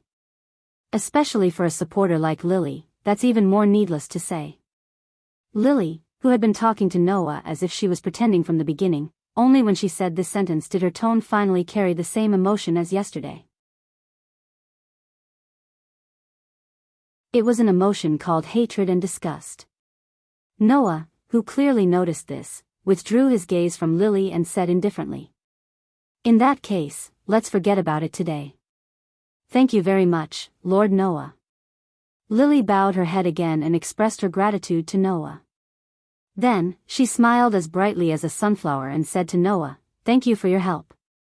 I hope that tomorrow, Lord Noah can continue to employ Lily. If that's the case, Lily will be very happy." Leaving this sentence, Lily turned around and walked in the direction of one of the streets. Moreover, her footsteps seemed to be a little hurried. It was not until this moment that the faint smile on Noah's face disappeared bit by bit. He glanced at the bushes at the side. Rustle, in the direction of Noah's line of sight, the bushes swayed a few times and made a sound. Not long after, from the inside of the thicket, several blurry black shadows appeared from behind the trees that were used as cover and left in another direction. Seeing this, Noah's expression more or less carried a hint of coldness. "It seems that things are much more complicated than I thought." When the sun rose to the highest point and announced the arrival of noon, in the northernmost part of Orly, in front of a building located on the side of a road that was a little remote from the main street, Noah came here. Looking up, Noah cast his gaze at the building in front of him. It was a long and large mansion. The area of the mansion was not large, but the scale was quite magnificent. As for why, this mansion seemed to want to expand, but because of the narrow area, it couldn't do so. As a result, it couldn't extend to the side, but could only develop upward, so several towers were built together like a forest of spears, forming a mountain-like building. From Noah's direction, it was very clear. Behind the gate of the strange building that occupied a narrow area but was unusually tall, there was only a small courtyard with a few plants and flower beds. In the center of the tower-like buildings, the top part of the tallest tower was dyed with the color of dusk, like a mansion carved by flames. Looking at the strange building, Noah blinked. This is the headquarters of the Loki's clan? Noah hasn't been here before. Therefore, Noah only knew that the headquarters of the Loki's clan, one of the two kings of Orly, was here. Now that he saw it, Noah was even more certain that this was the headquarters of the Loki's clan. Because, except for a god with a strange temperament like Loki, no one would want to build a building like this. Immediately, Noah walked in the direction of the gate. Next to the gate, there were two guards. When one of the guards saw Noah coming directly here, he immediately raised the spear in his hand and pointed it in the direction of Noah. "Stop!" As soon as he shouted, the other guard fiercely pulled his companion and scolded in a low voice. "Are you crazy? Look at who that guy is." Huh? The guard saw Noah's appearance clearly, and his eyes widened. "Tyrant?" Ignoring the nervous look of the two guards, Noah stepped forward and said, "Can you help me call Loki out?" Hearing Noah's words, the two guards became even more nervous. "Loki?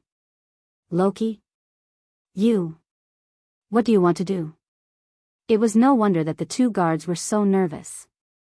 Originally, there were many factional problems between the clan and the clan, which made the clan of the gods wary of each other under normal circumstances. Now, not long ago, Noah had single-handedly taken care of a god of Apollo. Now, Noah, who was at the peak of his power in Eulalia's world, directly stated that he wanted to meet the god of Apollo's god of Apollo. "I have something to ask of your clan's god." Noah shrugged.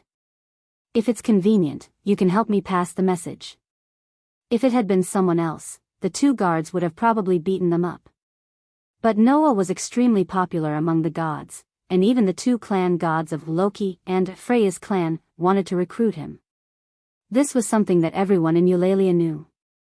The two guards looked at each other, and then one of them nodded and said to Noah, "Let's go," Noah said to him. Please wait here for a moment. Noah naturally had no objection and nodded in agreement. The two guards breathed a sigh of relief and let one of them enter the door to pass the message. After some time, there was a commotion at the door.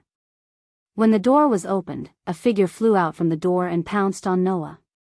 Little guy. You finally changed your mind. Are you going to leave that poor little shorty? I'm so touched. Shouting such a sentence, the divine creature named Loki directly pounced on Noah. In the face of Loki's fierce pounce, Noah just calmly turned around. Loki suddenly missed and fell to the ground. Bang! After a loud noise, Loki's face hit the ground heavily. Loki howled in pain, covered his red nose, and rolled on the ground.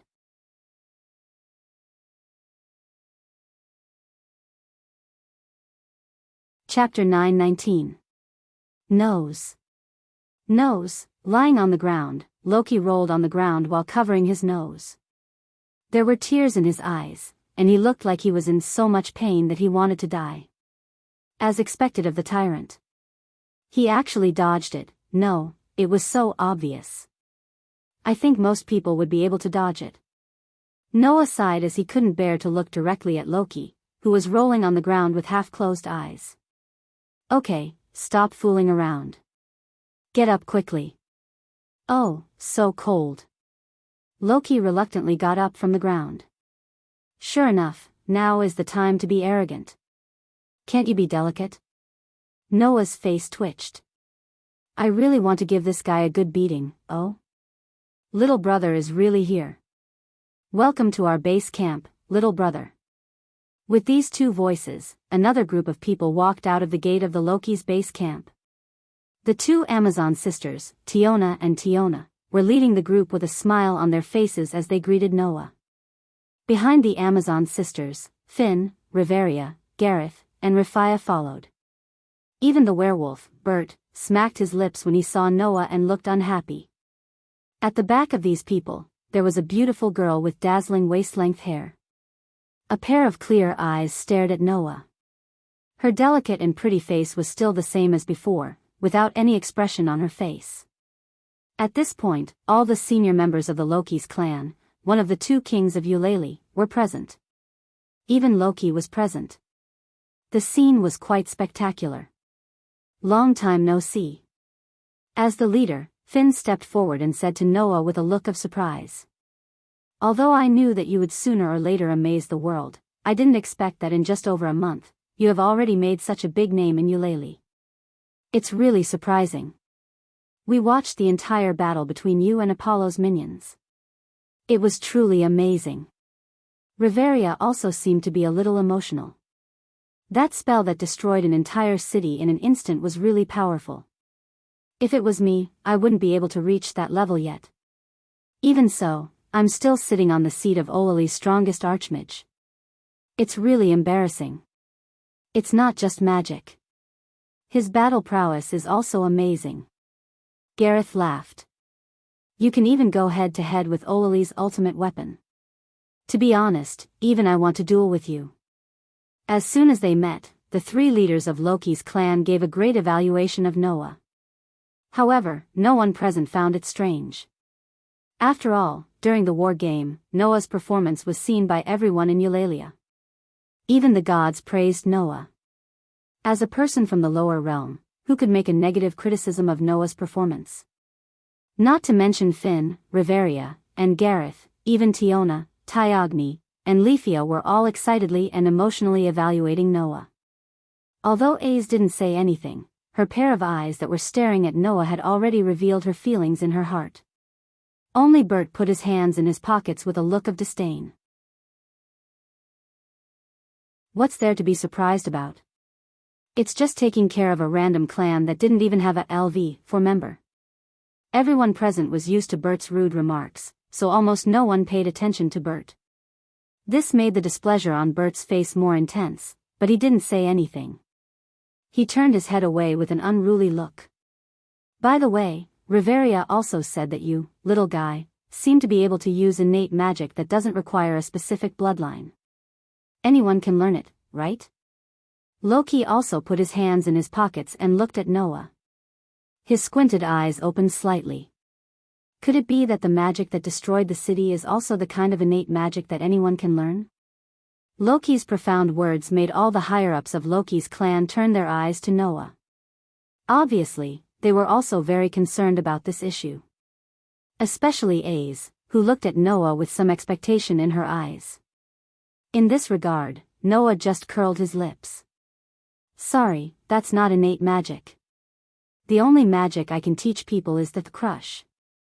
Hearing Noah's answer, many people secretly breathed a sigh of relief. Including Loki. If the kind of magic that made the gods feel threatened was like the crush magic, a kind of innate magic that could be learned by anyone, just thinking about it made people feel uneasy. At least, Loki absolutely didn't want to see the streets full of people learn that kind of magic. Unfortunately, Loki didn't know that it wasn't magic. It was the same level of divine power as the gods, called authority. Naturally, it was impossible for anyone to learn it. Only Aze, whose eyes began to look a little dejected. It was obvious that this girl was interested in the so-called magic that could destroy a city in an instant. If it could be learned, Aze definitely wouldn't mind asking Noah for advice, right? Okay, little guy. Loki said to Noah with a sloppy attitude. You didn't come all the way here just to chat with us, did you? Oh. Noah said with a smile. Didn't you just think that I was going to leave Hesty's clan and come to you? If you were so easy to poach, that love-struck fool wouldn't have hit the wall like that, and Apollo wouldn't have disintegrated his entire clan because of you. Loki tilted his head and looked straight at Noah with a pair of eyes that were hidden under his narrowed eyelids. What? Do you need something from me? Yes. Noah didn't hide it anymore and said directly. I want to ask you something about Sumo's clan. Sumo's clan? Led by Finn, a group of high-ranking members of Loki's clan looked at each other. Noah's clan? Loki was slightly startled and looked at Noah with some suspicion. You just got rid of Apollo's clan, and this time, another Sumo's clan has offended you? It's best if that's the case. That way, things will be easier to solve. Noah sighed. I just recently met a child in Sumo's clan and was a little concerned about some of the actions of that child. As far as Noah knew, there was no high-end combat power in Sumo's clan, not even a LV-3. The entire clan was composed of LV-1 and LV-2 members. However, although the members of this clan did not have high-end combat power, the number of members was quite large, so in terms of power, it could be regarded as the backbone of the entire O'Reilly clan. To put it bluntly, in terms of the overall strength of the clan, Sumo's clan was above Apollo's clan. Why would such a clan allow a member to do such a thing of theft? In other words, Lily's actions really had something to do with Sumo's family clan? This was what Noah wanted to know. Unfortunately, Hestia, who had not been in the lower realm for long, did not know much about Sumo's clan. That was why Noah came here, intending to inquire from Loki. After hearing Noah's words, Loki raised his eyebrows. You have dealings with the people in Sumo's clan? Loki said. That's not a good thing. Not a good thing? Noah was startled. What do you mean? Loki crossed his arms and closed his eyes. After pondering for a while, he immediately dropped his shoulders as if he had given up. Forget it. I'm not familiar with Sumo anyway, so there's no need to help him hide the secret of his clan. If you want to know, it's okay to tell you. The secret of the clan tribe? Noah narrowed his eyes and nodded. Tell me. Let's go in first. Loki walked directly in the direction of his base camp. It's not very convenient to talk here. Noah naturally did not have any objections. Together with the higher-ups of Loki's clan, he followed behind Loki and walked into the base camp of Loki's clan. AIC, who was walking next to Noah, suddenly spoke softly. Congratulations, you've won Apollo's spawn. Hearing this, Noah smiled. You're tuning into the Journey of the Soul YouTube channel. Don't forget to subscribe and join us on this journey to catch the most captivating stories.